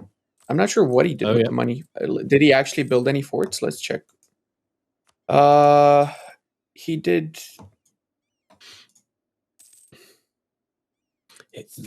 four forts right now by the borders. I believe all of these in mountain provinces. Yes, mountain or highland provinces. So yeah, I guess he's going for exactly what you were saying right there with trying to attrition the enemy as much as possible. I don't think he's going to go for the bankruptcy and wait for 5 years apart, though. At least from what I can tell here. Otherwise, he'd take a lot more loans. He can go up to 45 loans, and he only has the initial 5 burger loans, which are 1% interest. If we hop over to Traxium's side, to Laith's side, he is doing what I suspected. I think he's going to sit here and speed 5 the entire thing. Because he's just got these guys suffering attrition. He's already at 136,000 casualties. And he's just going to do his very best to create as much manpower as possible and burn it all into attrition here. That's what it looks like he's doing. I can't imagine why else he would be suffering, 130,000 troop casualties of attrition. But I think that's what he's going for. That actually is super smart. I have to say that is super, super smart, because essentially, if you do this from the beginning of the session for 60 minutes, well, then you got 60 minutes worth of your entire manpower pool that was burnt into that attrition right there. So you likely will be the winner from that. And now he's going to focus on trying to get, national manpower modifier. No surprises there. He's going to focus on trying to constantly get as much manpower as he can out of that. He's probably going to start. He is probably. Oh no, he hasn't actually done it yet. But he's probably going to exploit manpower near the end. I would imagine he's going to try and spend a lot of his military points on developing. I would guess. Whether he does have an admin advisor, so I suspect he is going to probably try and get quantity ideas. Quantity, obviously, super, super strong, because it's the first two ideas that give you the value to this challenge. So I have to suspect he's going to do that. He looks like he might be aiming to not go bankrupt. He's not losing money as fast as he could be. But we'll see. And then, of course, when does he unlock? Impressment officers are 7. So he could be trying to get up towards them. Where am I looking? Looking in the wrong place. That's what where I'm looking. Yeah, I mean, the barracks building unlock could be on the table. It's at level 6, so obviously that gives you a huge manpower boost. He's not got everyone sitting in this war, though, and of course, to get the attrition counted, his troops do need to be in the enemy country, but he's already at 250,000 casualties. Man, I think this is going to work. I think Laith might win it with the world's most simple strategy. The question is just, can he have his country not entirely fall apart from call to peace, cranking his war exhaustion? It's going to give him plus 20 national unrest in not that long. And any casualties sustained fighting the rebels are wasted casualties. So we'll see what his strategy is regarding that, but it's so dumb it might just work from chat. Yeah. He's left you with a couple of troops, so maybe he's planning on charging men into them, like one regiment at a time, just to kill off a bunch of his men or something like that. But we'll see. And yes, his mercenary companies are now running low on manpower. Presumably he's going to burn them down to nothing and then disband them. But yeah, here come the rebels. He's got a lot of those, and oh no, hang on. These rebel casualties are counting. Oh no, that was the infantry number. No, I think they are counting. Am I wrong about that? Maybe. Oh, they count, right? Okay, so it looks like they are counting. Obviously. Oh, you're talking about the rebels. I thought you were talking about the enemy armies that also are. No, fighting the rebels, it does look like it's counting. And but the downside, of course, of Laith's strategy here is that what doesn't count is he doesn't have any enemy casualties, because it's not just your casualties, it's total casualties. So he's not got any enemies to suffer casualties. I mean, he's got the 10k or whatever, but it's not going to make too much difference. We'll see. Well, this the main explosion that very easily on 0. Sorry, you could catch up to this really easily in a big war. To be fair, like in a proper war, you could catch up to it, but you would need to have a stable country. I'm guessing Traxium is going for a little bit more of a stable country compared to Laith. Laith could suffer from the country entirely collapsing, since it is Ming and it is predisposed to that sort of thing. Yes, I mean the Ming explosion is definitely not out of the question. He's still gaining mandate for now. I forget, does he have your population census potentially might be something he'd want to use here to get that national tax modifier, but he is losing meritocracy as is, so perhaps not. But it'll be really interesting to see how Traxium can do, because there's a lot of fighting going on this side, but getting to count only 1/2 of those casualties is going to be interesting. His goal is clearly just to go around whacking these rebels, but there's a lot of rebels, and he's running. He's got no manpower, unsurprisingly, because he's taken 432,000 casualties. Let's take a look at Traxium's strategy. If we hop over to his perspective, what's going on over there?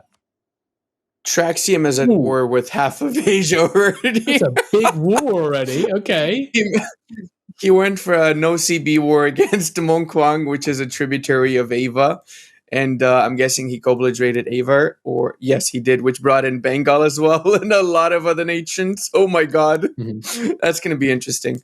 So now the question is, what is he going to do? Because if he wants, he can stay in the war for a long time, right?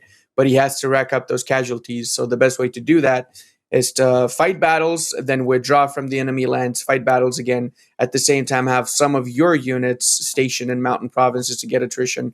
Curious to see how this is going to go. It's interesting. I mean, he may I mean, that looks like too big a war to just be an expansion war, right? To me, anyway. It is not. No, it's not. He no CB'd it. So you wouldn't go for an expansion war with an OCB. Yeah. This is the war. Yeah. This is the war to end all wars, right? As we call it. Yeah. Yeah. And I mean, it's minor so far, but we are already seeing him getting some of the advantage. He's already got, an extra 10k. Oh, interestingly, potential misplay here from Laith.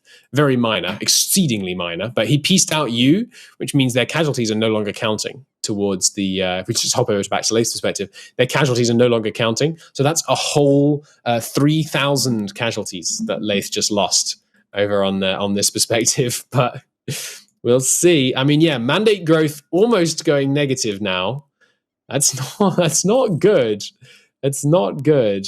I mean, we should switch over. I think we could see, because if we see a Ming-splosion here, we're gonna see the Traxium takes it, right? Laith has to win this. Traxium now has that cushion from the first victory that he's going to be able to keep this going. Even if Traxium loses this round, whereas Laith has to take home this dub, otherwise it's all over for him, and we have our master to be declared. But honestly, the casualties, it's going to be a razor's edge for the whole game. I love this. It's so much. It's a lot more tense than last round, because this is going to be a kind of razor's edge between bankruptcy and exploding to rebels and all kinds of things. That means Laith is going to have to play really, really good EU4 for a whole hour here. There's no slow time. There's no downtime. He's got to keep on top of those rebels. Right now, he has... Oh, and I hadn't anticipated that. He's being called in by his tributary states. We'll see if he accepts the call. It looks like he just dishonored it. But then which war are we going to count, though, if it's going to be two wars? Can he... It will be only one of them, whichever has the higher casualties. Oh, and he has been spreading out his tributary states and making them all give him manpower. Is Traxium doing that on his end, if we look at Traxium's perspective? If we check Traxium's perspective, he's getting ducats from his tributaries. I don't think he knows. Looks like potentially a little bit of a misplay on that side. There's that's a lot of extra manpower per year that Laith is going to be able to pull in. And for that war, is he doing... Oh my God. Wow, we actually almost catch up to Laith with the war. Okay, that is actually surprising, not gonna lie. We got 24,000 and 30,000. No, but you've got 170,000 you can kill. That's a lot of units you can kill. Not even that. You've got 170,000 you can kill repeatedly. So it's exactly. It does seem to be going for sieges, which is curious. I mean, if I were Traxium and this was the big war, you'd want to be pulling back, pushing in, pulling back, pushing in. Exactly, that's what I would do as well. Forts, then driving them out. But I mean, I'm guessing he's trying to take the forts in the mountains, and then he's fighting the enemy armies in these forts in the mountains. In the mountain forts, quite possibly. Oh my God, the enemy army is piling in one province here. 100 and oh my God, that's really good. That's a lot of attrition. What the AI is going to do now is going to be suffering. They're going to wait for one of these sieges. If it fails, then their AI is going to attack for sure. Or they're going to try to go for the weaker target. Or I just have no idea what's going on. The AI is crazy here. What are they doing with that stack? That you never see that outside of player games. My God. That's great. 60,000 already dead from the attrition. That is insane. From the enemy side. Yeah, and that is what he's missing out on. Battle. Yeah, that's a big difference right there. That's going to be a massive battle. He's going for it. He's committing it. He's got the 3 penalty on them. He's going to win it. Look at that. Traxium is in this game. How many casualties was that? Holy heck. 72,000 against 168,000. Oh my Oh. lord. That was some good play, but it's very much everyone's game here. Meanwhile, if we switch back to Laith's perspective, we have just passed 500,000 casualties. So to put in perspective, Traxium's doing well, but that's a lot of casualties from Laith. And here comes a bunch more units being recruited and no doubt thrown into that meat grinder. 550,000 casualties. If I was Laith, I'd recruit a lot of mercenaries as well, because that manpower counts as well, right? Even though it's mercenaries. Yes, it definitely does. He certainly has been doing, but he is out of cap. Oh, he has. Okay. He's not actually his loan cap, though. So maybe he's not trying to go bankrupt. He's only taken out... Let's take a look here. He's only taken out 7 loans, and he can have 25. So it looks like he might actually be aiming not to go bankrupt. Right. Which is an interesting approach, because obviously bankruptcy plus all of the trouble he's going to have with rebels is certainly going to be interesting. But with all the rebels he's already put down, we can see, even with 20 war exhaustion, this is ridiculous. Even with 20 war exhaustion, look at this unrest map mode. Look at it. It's beautiful. I'm pretty sure that it's part of his plan to get the war exhaustion, because he's trying to trigger the rebels so he has someone to fight. Yes. To get more. Yes, it seems that way. It definitely seems that way. Yeah, and casualties. Is he going to get? That's a really smart tactic actually for this particular run. I wonder if he's going to get unguarded nomadic frontier at any point. Like if the Laith Oirat's has got a massive advantage right now. He's got this in the bag. If he keeps on with this, he literally just has to speed 5 and he's got this in the bag. Certainly the fact that his strategy requires so much less mental overhead means he's going to be able to stay at speed 5. He's going to be able to power through way more years. He's going to be able to do way better on that front. How's he doing on... Yes, he's saved up the military points, and he is about to get Admin Tech 5, so he's going to be able to grab the first 2 ideas of quantity. We'll see, though, because, Laith, at best, has access to all the manpower of China, right? Which, sure, is a lot. But if Traxium can bring to bear all the manpower of China and Indochina, it's just a bigger pool that he can pull stuff out of. And also, we do have the fairly significant misplay that Laith is getting about 5,500 manpower per year. Traxium is just not right now. Right. There is a very interesting thing that I've noticed none of the players are doing right now.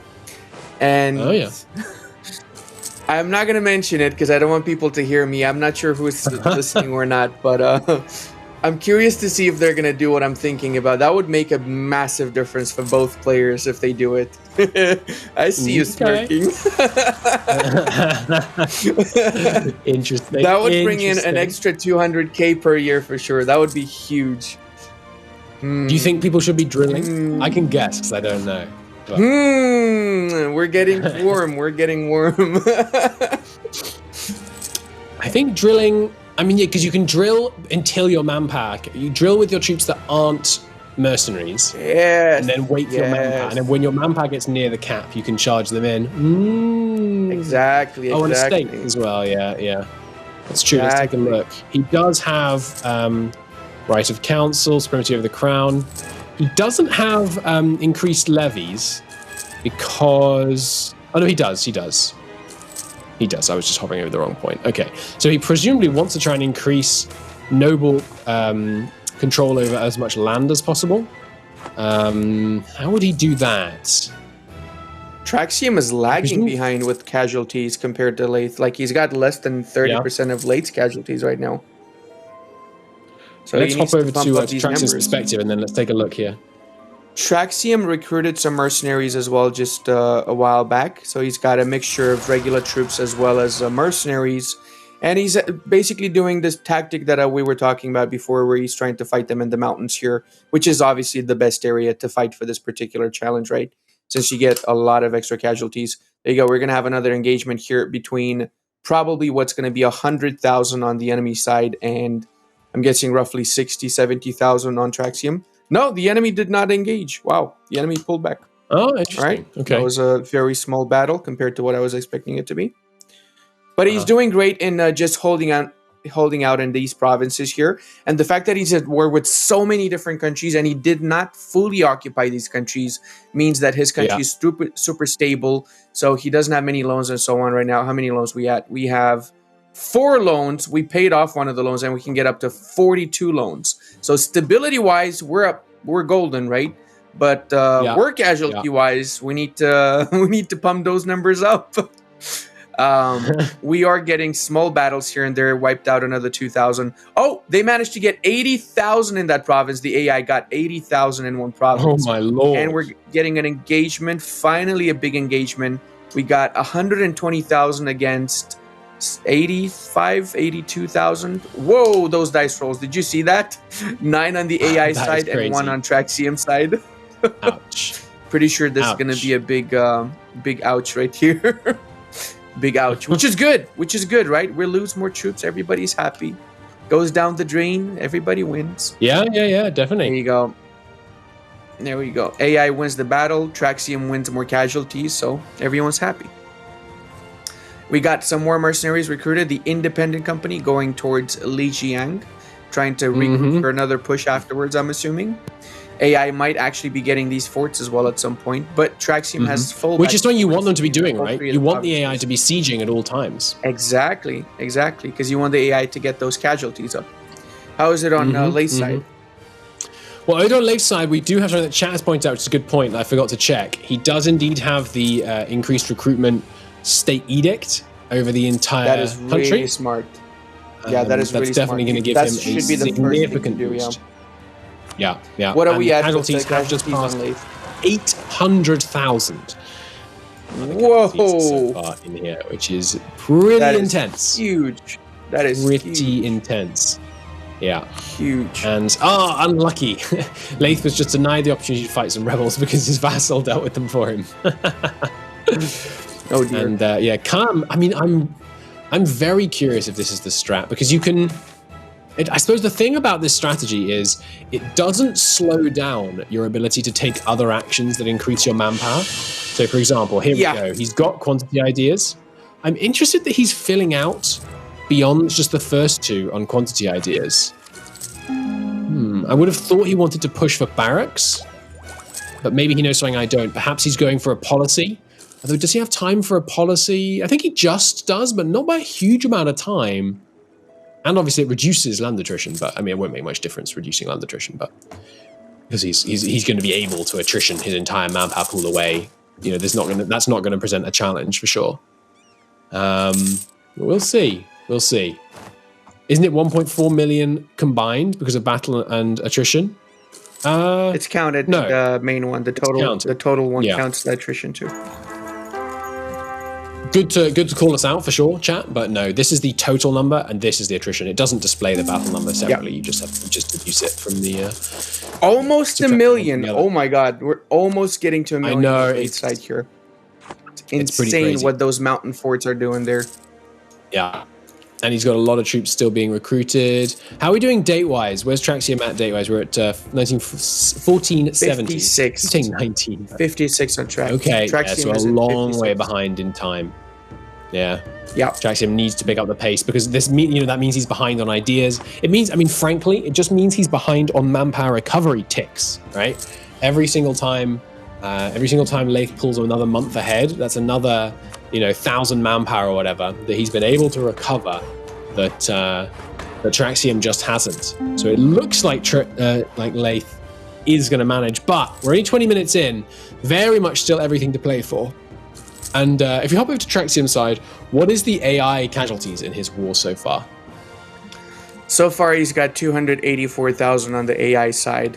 Ooh. So he's catching up actually quite quickly. He's catching up. Yeah, he's catching up. Yeah. He did make a mistake in going over. Oh yes. He did make a mistake in going over his force limit by a little bit too much, which will get him bankrupt if he keeps it like this. He's getting minus 78 ducats per month, which is a big problem and mistake in my opinion. Yeah. Instead of doing that, you just fight the battles and recruit the mercs and use them whenever you need it. Also, he could just consolidate the actual regular armies without having to lose to attrition. Like he's got 26 divisions here, but he's paying for everything above 15 divisions for no reason. Like, it's literally a waste of money. So I'm not sure why he's doing that. It's the same with all of his armies here. Like, he's literally destroying his economy for no reason. That's a really bad play. He should just consolidate all of that. Did he just do that? Oh, he did. Okay, he consolidated. Okay. Nice. Well, that's good. I spoke before I should have. Should have just waited. I love the fact that we've got only 4 rebel action on Laith. Oh, big. Well, not that big a fight, but it looks like a good casualty inflicting fight there. Easy play. I think this might be a bigger fight because the AI is all around as well, so they probably will reinforce. If he doesn't go in with all of his troops at once, yeah, they're not gonna go and reinforce because he went with all the troops already. He should have waited, only attack with like 10,000, wait for the AI to get baited, and then send in the rest. That would have been the smart play there. Same thing here. They're not going to engage with everybody because of it. The AI is a lot better now with the recent updates, so it makes a huge difference. Knowing how to bait it, let's say. He's moving around with that 120k stack, though. That's good. That's definitely good. Let's see how we're doing loans-wise. 6 loans, not bad. Really not bad. And we only have admin tech 3 still. Oof. Okay, we're a little bit behind with our tech, that's for sure. Losing a few battles. What's he been spending admin winning on? A few too. I actually don't know. I really don't know. It's a good question. What has he been spending admin on? Oh, it looks like Laith, if we hop over to his perspective, has been actually spending his mill points on development, I think, because he's down a significant number. Or has he been rolling generals for the professionalism? No, I don't think he has. Because that's another thing you could, of course, try. But no, it looks like he's been actually spending his mill for development because he's not gone beyond the 3rd level. He did get enforced service, get regiment's cost down, just helping. I did run the maths, by the way, at current burn rate on the economy. Oh, actually, it's less now. At about 30 ducats a month. Laith will be bankrupt in approximately 30 years. We definitely have enough time for another 30 years. So we'll see where he goes with that. Obviously, there are ways that he could reduce that problem, spending less money and lowering inflation, debasing currency, all kinds of things that he could potentially do to get out of that jam. But it is something I need to keep an eye on. As we know, bankruptcy can prove problematic for our players. Something that usually, when playing normally, doesn't become too much of an issue. But in these kind of speed-constrained challenges, when you really have to push everything to its limit. Yeah, big milestone on this side though. We have passed 1 million casualties in this war. We are now at 1.12 million casualties, and we'll start talking about things in that context. Where's Traxium got to in terms of total numbers? Traxium is at 750,000 right now. Okay, so that's pretty close. He's at like 70% of what Laith's got, and still plenty of time left to run. I'm looking at. Yeah, many of these mercenary companies obviously running out of manpower for sure. They've got a lot of reduction there. Army professionalism is coming up a little bit, and so I have to imagine he's going to be slackening when he can. Well, a lot of events, but just roaming around, bashing rebels, seeing what he can do here. I'm not sure. The problem for Traxium, it seems like Traxium is gaining, but the question is, can he keep it up? Because eventually the AIs are going to get war exhausted. They're going to not like all the attrition. They're going to start to peace out. If we take a look at Traxium's perspective, what is the war enthusiasm of the people against him? How long are the non-primary participants in Traxium's war? Everyone's been sending. They have no choice. Everyone has to stay in the fight until Traxium pieces them out, though. They cannot just leave on their own accord. Yes. They've been sending peace deals to Traxium. They've been sending white peace, but that doesn't mean they're going to get the white peace. Oh, of course. Sorry, I'm thinking I don't know why, because I thought Laith was winning his war so much, Traxium must be losing his, but of course he's not. No, he can keep them in the war indefinitely. Yeah. Yeah, of course. I was thinking, I'm thinking about them as collaborators in building up casualties. So I'm thinking your allies are allowed to settle peace, right? But no, of course. So they will be stuck in that war. 1.2 million now on Laith's side. He's still cranking on the numbers. Traxium went up to 5 speed, 4 speed. Yeah. So it's going up a little bit faster now. We're up to 1 million on Traxium side. And we're Oirat is chomping its way through a lot of these northern hordes on Laith's game. He's now only 50 development away from triggering the Oh, unsecured that is northern bad. Oh, that is bad. And What happens? Traxium's he has to declare. No. I'm saying Laith is bad because he has to keep them in check. Otherwise, he's gonna get unchecked the frontier border, nomadic border, whatever it's called. Nomadic frontier, yeah. I would declare a second war on Oirats just to keep him in check, just to like destroy them, make him release Mongolia, quick war or something, you know, rather than just let them like that. And he can still, you know, he can lose a lot. I mean, the problem then is that he would lose units in that war, not the main war. So I guess. Yes. It's definitely not good for him. How is Oirat doing in Traxium's game? Traxium's game, Oirat still has control of Mongolia. They also just started expanding into Manchuria. So it's actually fairly similar to Laith's game. Almost identical, to be honest. So we might see both our players have to deal with that frontier. Exactly, yeah. If we hop on over to Oirats, they have how much development right now? They got 151, 152, an extra 50 from Mongolia. So they're, let's say, 100 shy of what they're going to need. Let's see what this war is going like. 1.1 million right now in casualties. 1.1 million. Wow, he is really gaining. Because that's 1.1 versus 1.3. It's very close. And yes, there is the war on Ming. Oh, sorry, on Oirat from Laith. So he made the right choice. He made the right choice declaring that war on Oirats. Otherwise, he could really destroy his country. So he I agree. definitely do a quick war, though. If we switch on over to Laith, so we can see what he's doing, he should definitely make it a quick war. Try and cut down the size of Oirats. Yeah. Just get that fort is all you need in order to peace out. So should definitely go for that quickly. Probably be going release Mongolia. Yeah. Mongolia is more than 100% return war course. Oh, is it? Maybe return course? Or he could tributary them, yeah. Is it a tributary war? Oh, it is a tributary war. Yeah, it is, yeah. So we could just tributary them.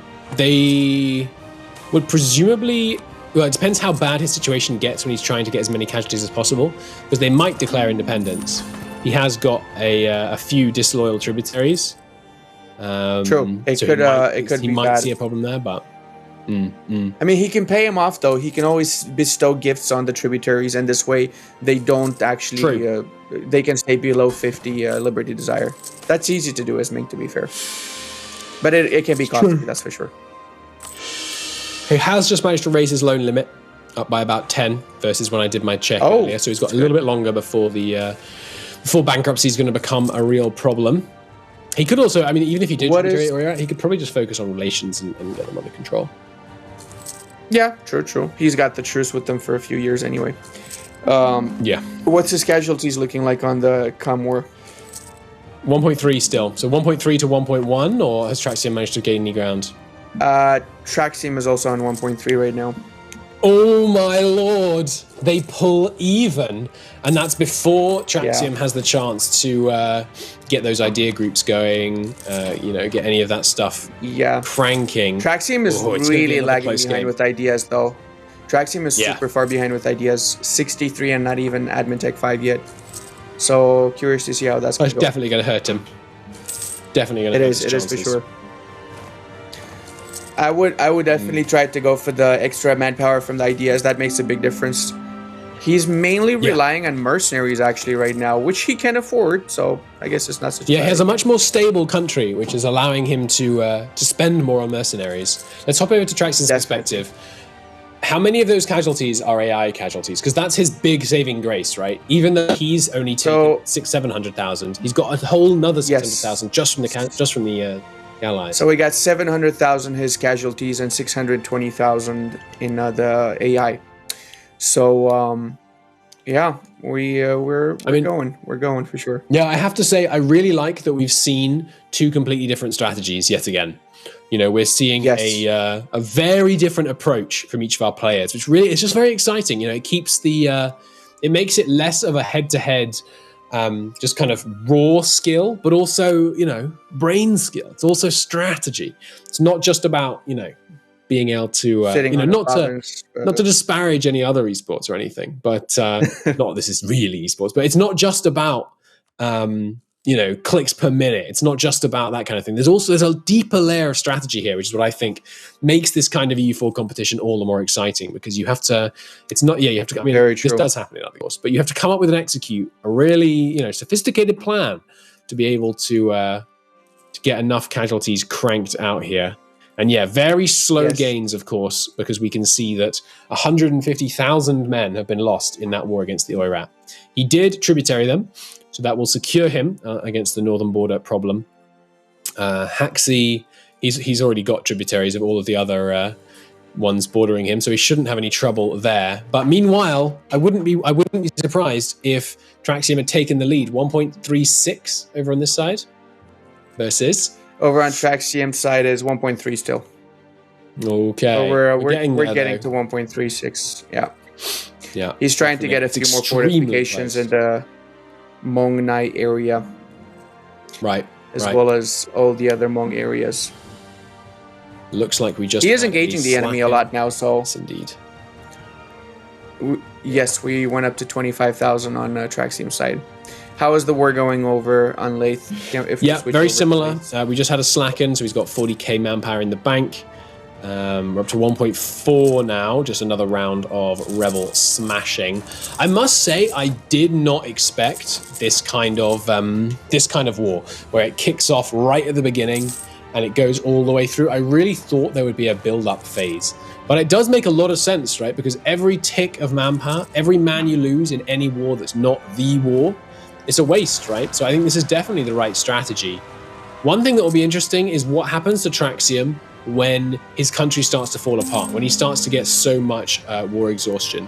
Interesting to note here. He's not getting any war exhaustion, though, because he's at war with a lot of countries, so he's not getting the... from attrition? Because of that. No call to peace, but eventually, surely the attrition's going to... mount up. I mean, he's playing as Ming, so because he's got inward perfection and positive mandate, he's actually on the minus with war exhaustion. He's losing war exhaustion. Okay. Yeah. Okay. We didn't get the population census because meritocracy just not high enough for Laith to justify that, I suspect. Makes sense. And yes, he is cranking on hiring generals in order to then fire them and then slacken. Makes a lot of sense. I suspect Traxium's probably not using that. On the old general hiring route so far. Oh no, he's been using that since the start of the session. Okay, so that's why he hasn't got his some of his Miltech up then. Yeah, exactly. Yeah, it'll be interesting to see on Traxium's side if he starts to actually face troubles in that war because of lack of Miltech. Like if his enemies start to come up with him with 150,000 men, but a higher military tech, then. How are we doing on Laith's side with casualties right now? 1.6 now. Very rapid gain over the last little bit. Oh, wow. I think Laith has been recruiting a lot of mercenaries as well, hasn't he? What's his land force? Yeah, he's got a number in here. Yeah, the Independent Army, the Free Company, the Grand Company, all in there, all taking a lot of casualties. How are we doing casualties on Traxium's side now? We're up to, let me guess, 1.6 as well on Traxium. 1.6 as well. They're neck and neck. Oh my god, it's so. Can we see economic screen on Laith's side? Yeah. So right now we are sitting at 25 loans out of a maximum possible 41. So he can take another 16 loans. Let me do some quick maths here. 16 loans at 593 each, divided by a current loss of 36. That's 260 months. Phrased another way, that's only 21 years left. And we are going probably about a year a minute. So we'll see. We'll see. It's looking like he's going to be able to avoid bankruptcy. And if he needed to, of course, he could lower his expenses, or he could debase currency, etc., etc. But just for now, it looks like he's narrowly going to be able to hold on. What's the financial situation over on Traxium's perspective? Traxium is doing really good financially. We don't have any issues right now. He's actually recruited Kyushu Woku, the Japanese. It's funny seeing the Japanese samurai fighting for the Chinese dynasty. That's a great model. I love this sprite. This is really, really good. It's a very cool model. I like all the mercenaries.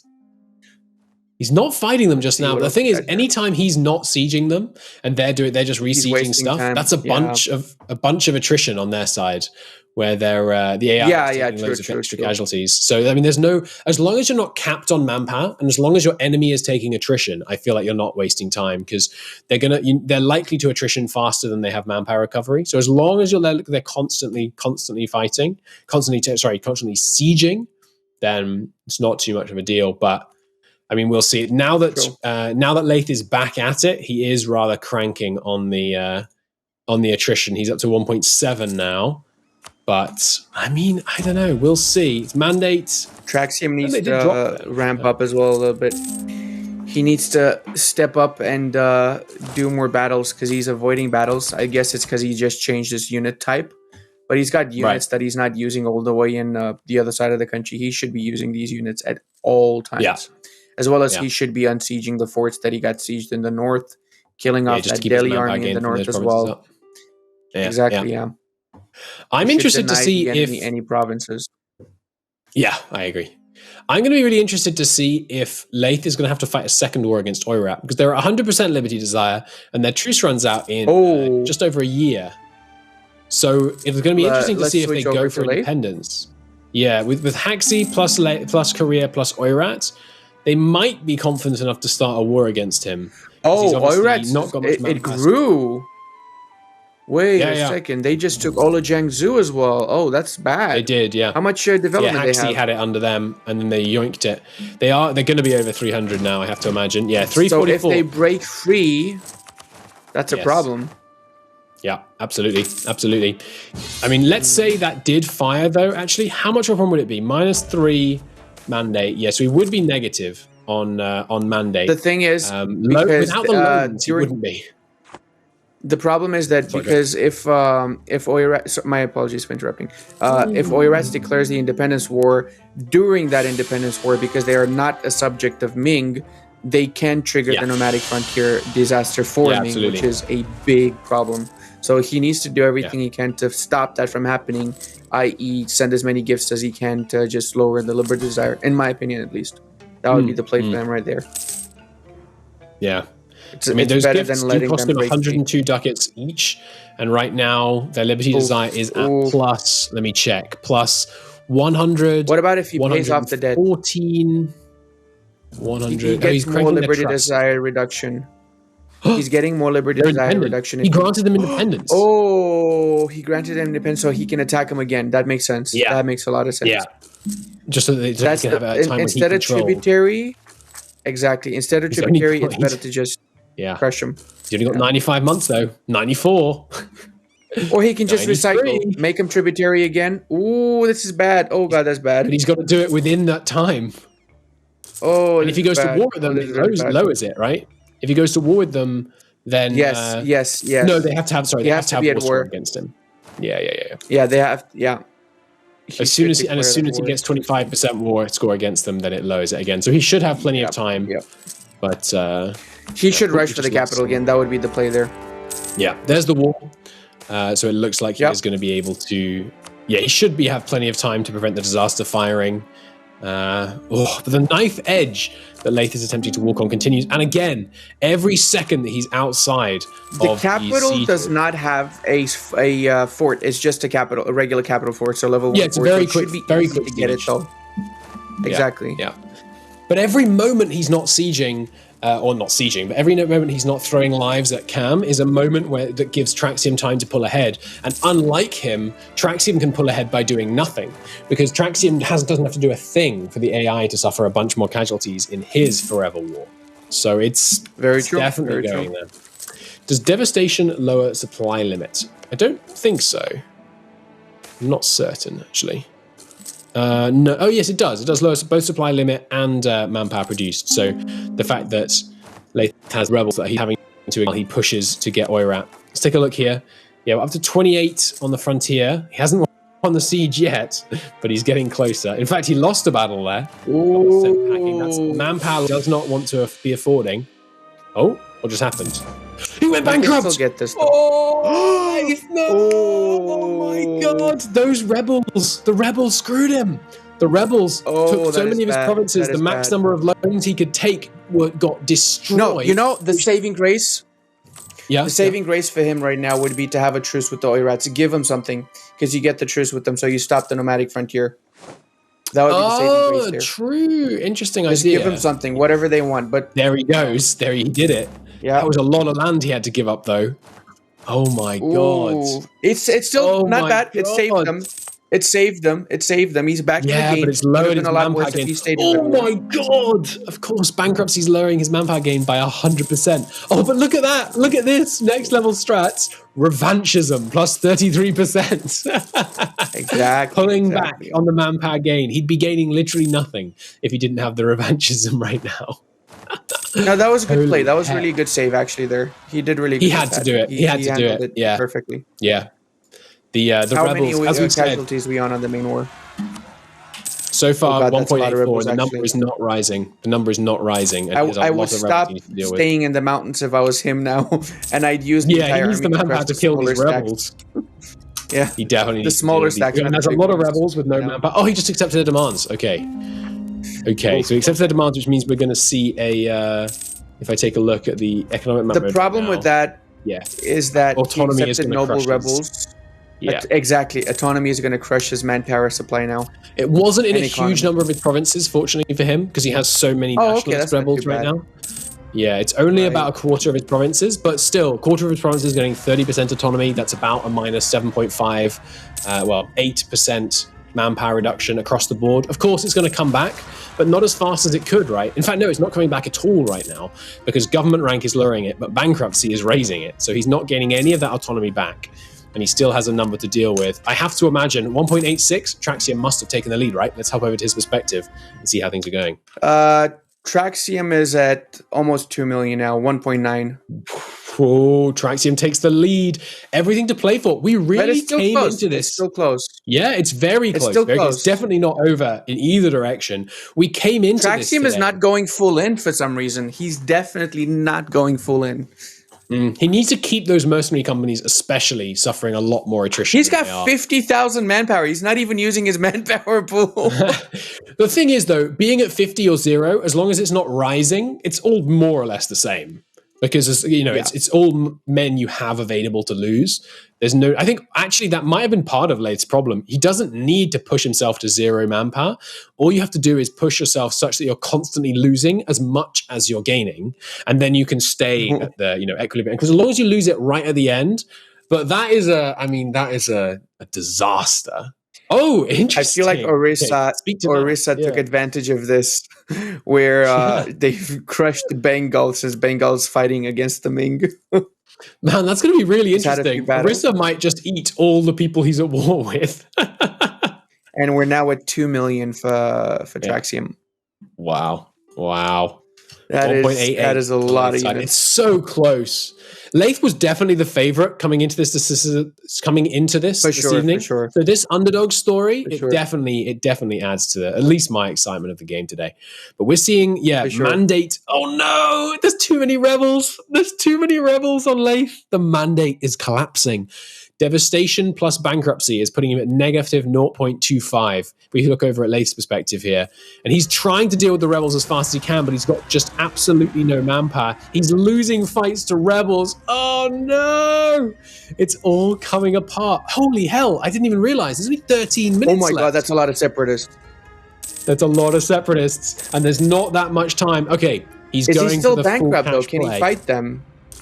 He is bankrupt. Let me see here. No, he's not bankrupt anymore. Not bankrupt anymore. Oh, he lost Canton. I guess though, so he this doesn't is- getting mandate. Oh. So he is able to merc up again now. So No, he should be kill able the to bring rebels though. back He's under not control. bankrupt. Yeah. Now he's not He can- bankrupt. yeah, he he should be can- able to bring he it can back under put this- control. Exactly, yeah. But he still- can survive this. But still, the mandate loss is going to be very, very painful. I would Tributaries wait are before helping. attacking those mercs are not at full morale though, and you No, wanna I think he's okay. not. Yeah, He's got the numbers. Got He's a got lot the of- numbers. But the thing is, his mandate, it hasn't hurt him yet, not much anyway. But if his mandate gets just 2 more ticks lower, it's starting to tick into a negative national manpower modifier. And he cannot afford that. right. But honestly, he's still at 1.9. Traxium hasn't been using this time as effectively as he could. He hasn't been able to be pulling ahead at the kind of pace we'd like. I think Traxium needs to go all to push it a bit more. Only 12 He's not minutes going left. all I didn't in at realize all. we were that Laith close. is going to catch up, actually. Laith is definitely catching up because of all the rebels that he's fighting right now. Yeah, he's losing Traxium's like loads of men in 50k these man battles. tower chilling around here. Yeah, when I was saying that like he doesn't have to do it till the end, I didn't realize there were 11 minutes left. Now is the time to be pushing towards an intentional. Blade's got an timed advantage, actually, because of the rebels right now. He's got a massive advantage because he can use the rebels. Closing in on that 2 million mark. Very, very close to it now.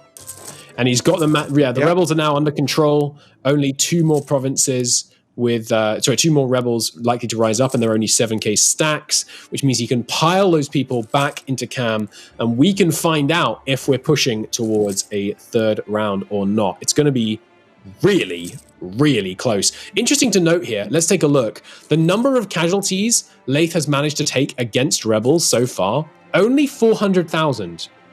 Because we can tell, of course, that of this 2 million, there's a milestone, by the way, of this 2 million, 1.64 million are from attrition, which means we can obviously therefore deduce 350,000 actually is the number that he's taken against rebels. It's not that many, to be honest. And he's had to spend a lot of time fighting these rebels. I still feel like, I think Laith, it's very similar to the last game, actually, and I like this as a kind of David versus Goliath story.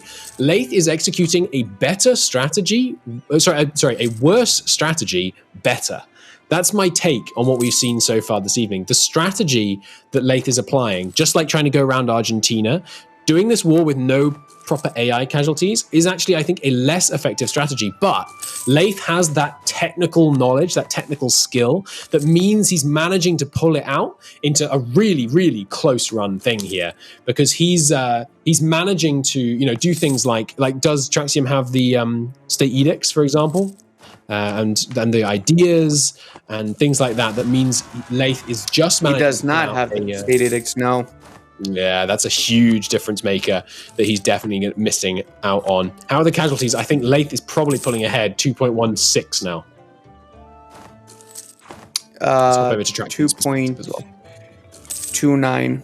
2.3. 2.29. Okay. So it's still just in his favor. We have another bankruptcy looming here for Laith. That could be badly timed. He's going to be bankrupt when the Oirat truce ends. I wonder whether Oirat will declare war on him. Probably not, but he will need to declare war on them if he wants to avoid the frontier. Sorry, go ahead. If I was Traxium, obviously first go for the second quantity idea, since you get manpower recovery plus 20%. I don't know why he's not doing that. And also the regiment cost minus 10% is going to help massively for him right now. Yeah. And then at the same time, just recruit more units, go into attrition, go into more battles, be more active in this war. Like by simply being more active and going into more engagements, he could get 1 million in just the next 5 minutes. And they only have 9 minutes. He's managed to crank his manpower down to 0 at least. Yeah. Meanwhile, Laith is now suffering a 11% manpower modifier from his negative mandate, which has got to be hurting. And and there's the bankrupt. No, sorry, he didn't go bankrupt. Okay, he managed to pull back from the edge on bankruptcy, although he's now barreling back towards it again. We'll see. It's going to be really close. Oh, yet more mandate or meritocracy going down the drain. Yeah, mandate, lack of meritocracy not causing too much problems, just the advisor costs there. Did we see any government reforms, by the way? Yeah, we got strength and noble privileges, no surprise there. He has gone balance of power as well. Decentralized bureaucracy. Isn't there a manpower thing in here? Maybe not. A lot of spending going on here over on Laith's side. He's cranking through the cash. Yeah, bankruptcy is going to happen at the end of this month. What is he plowing all this money into? He's not recruiting residents. No, he's not doing that. He's exploiting his tax development, so he gets the money from the tax development. Okay. So he's just going around it's the same sound when you like tax development. Yeah. Nice. Okay. It's actually really smart. Yeah. Oh God, the rebels! I think there's a non-zero chance of an explosion because there's the bankruptcy. Look how many rebels are growing on Laith's side. Oh my God. That's bad. Here they come. Brace yourselves. Oh my lord. I think he might collapse to these rebels. We're up to 2.4 million, but he's lost all the mercenaries. You what, sorry? You think I don't think he's going to collapse. He can still handle that. No, he can still handle that. He's actually ahead. He's above Traxium. 2.4 million is above Traxium. But the thing is, now he's got 27,000 men total, and he needs to try and fight off these rebels while bankrupt. And the ticking towards the disaster has started. Oh my god! He can't win a war against Oirat right now. He's going to need to lose another war to Oirat. Look at his face. Oh my god! There's a certain look of. I was dominant. I was dominant through 3 sessions, and it might all end with a Ming explosion. Here they come, the rebels. The rebels are advancing. I have to put my money on Traxium at this point. This looks like it's going to be a total collapse. Not many of these rebels can outnumber him, but we'll see. This is going to be a really important fight here. 24 versus 15. Bankrupt, no manpower. Oh, I don't know. I don't know that he can win this. I mean, it doesn't matter if he can win or not that bit, because the idea is for the casualties for the main war. Sure. What happens to the country is irrelevant end of the day. And he's leading in that. He's gaining 134 manpower a month right now because he's bankrupt. What? And negative mandate is now minus 50. So he's got a negative 50 on his max manpower and a negative 100 and a negative 20% from war exhaustion. Right. It's all coming apart. He's got 5 minutes and 40 seconds left. It's really tough going here. 2.43. He's not going to gain many more manpower than this. He'd have to get out of bankruptcy and then rehire mercs. But he's still ahead with 2.43 though. He's still ahead. So really, let's see. We got 5 minutes left. Let's see. What's the Traxium count? A little bit ahead. I'm gonna keep the Traxium one a secret for now to keep a little bit of suspense for the end. I think you should do the same. Let's wait. Let's not show both sides until the last minute. I won't open the battle. That's a good idea. Let's briefly look at Traxium's perspective, though, without the war open, to take a look at how is he pushing in harder? He's still got men outside their land. He needs to be getting in there. Still not in their land. Yes, he needs to be a little bit more aggressive in this playthrough. He's okay economically. He's not going to go bankrupt. Nothing of the sort. He just needs to go full on attackiest mode here. Yeah, he's now is the time fighting to some take more out battles. all the loans. He's not getting enough mercenaries, and he's not concentrating the regiments that he's already got. So he needs to do that. The sooner he does it, the better it is for him. Obviously, he's not supposed to rely on only the manpower pool. He's got a lot of mercenaries he can recruit. Sure, yeah. Like, you still have my god! A Ming explosion is imminent. You just recruited.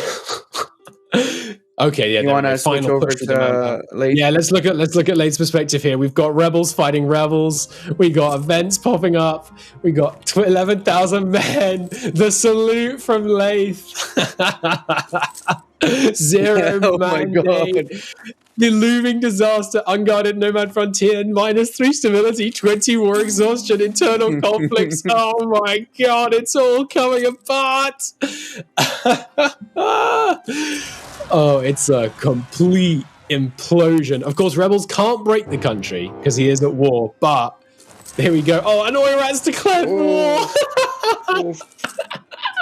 The noise that the player so infrequently hears when playing normally, a war declared against you, and they only have to occupy like 3 more provinces before they can enforce their demands. They are 98.1% of their way towards enforcing demands.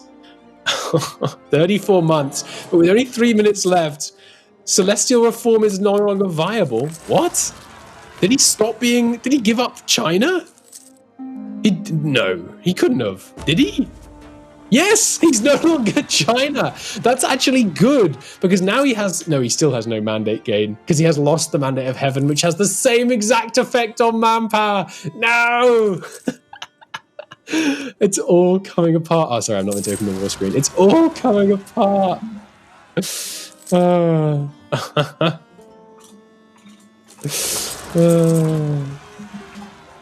It's so close. It's so close. With 2 minutes and 40 seconds left, we've got a basically 100% occupied Laith. Desperately, look at this, he's got 3 provinces on the coast. He's frantically recruiting what troops he can to send them forth from the province. And he gets the event. People laugh at our army. Yeah, I bet they do, but... I mean, I would laugh at this army. They spent 90 years standing in the Himalayas, dying for no reason. I would laugh too. He's desperately trying to raise men. It's so close. There's the first independence. Min has declared independence in the south. And there's more where that came from.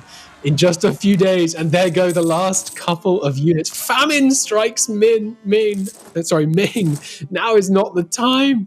Treason launching Laith. It's all coming crashing down. He's got a fair amount of money now, taking the lens again. Of course, he can't hire the mercenaries. He's got internal conflicts. Wu is independent. Dali is independent. Oh my god, it's what turmoil. Oh no. Lai Yang, I don't know how you say that one, to be honest, is independent. It's all falling apart. And it's the age of Reformation, by the way. But that was, it was such a razor's edge play from Laith. If we switch over a little bit, Traxium, last minute just on went Traxium. bankrupt. He went bankrupt. Nice. He didn't realize that he's going bankrupt, and he lost 3,000 mana points. He literally had 1,000 of each mana points, and he went bankrupt. GG but he's moment, got a lot of enemy massive sieging GG right moment. Because he lost his entire army. He had only mercenaries. Oh man, he could have handled that a lot better. He's got a lot of people sieging him right now, though. There's a lot of attrition being suffered by his enemies as they siege across his land. True. But this is just painful. You want the enemy to be doing as many sieges as possible at the same time. To be honest, I mean, just as many troops as possible in the sieges. But I can't. This is going to bring him up a little bit. Ming has like 6 provinces. He might get game overed by the AI on Laith's perspective right now. Only 25 seconds left. Let's get ready to do a final count really quickly. Let's both click on the war screen in 15 seconds so that we can get a snapshot that we can look back at if we need to, because our players won't pause at exactly the right moment. It's going to be so close. 8, 7. He really nearly got like full annexed by Korea at the end here. Given another 2 or 3 minutes. All right, 1, check. 2.46 with 10 on the other sides. 2.75. Oh, it's a victory for Traxium. Look at that. The underdog came through. If we could just look at Laith's perspective for a moment here. Laith, look at this nation. I genuinely think Korea might have game overed him. Oh, no, not quite, 'cause he's got the land in the south. But that's insane. That is insane. Yeah, everything is fine. This is fine. Nothing going wrong in Ming. There is no war in Ming. Oh, my lord. But yeah, 2.46 million casualties, 2 million from just standing in the Tibetan plateau, which I think I called the Himalayas. But that is a heck of a thing. Holy my lord. That was absolutely outrageous. Just complete implosion at the end. If he hadn't imploded, so what was final score on Traxium side? 2.7, you say? 2.75, yeah. 2.75. So that's so close. There was only, what is that? It's like a 10% difference? That's so close. 300,000. Yeah, 300,000 men. So about a kind of 12, 14% difference. That is incredibly close. I mean, mad respect to both players. We had some incredible gameplay here. It was really impressive. Let's say goodbye and hand you over, I think, to Leah and the players. It's been a great pleasure to commentate for the Master of Universalis. Congratulations to Traxium, who is, of course, now the Master of Universalis for this season. Anyway, I will hand over to them. Looney, final words. It was a lot of fun, and I think these challenges were really well made. So massive congratulations to everybody. Congratulations to Traxium for being the Master of Universalis, and great work for the entire team. Absolutely. F for Ming. Oh. Congratulations! I don't know if I'm you not can hear hitting anyone. Traxium, can you hear me? Hi. Yeah, Hi, I hear there you. you are. Congratulations! How do you feel? I You won? won! You won! Oh, let's go! You won! Amazing. Nice. So how does it feel to be our first winner, season 1, first winner of Masters Universalis? I'm feeling great. I wanna congratulate Laith too. I wanna see the bot, the replay to see what did he do. Because I'm intrigued. I don't know what his strategy has been, but I'm happy I won.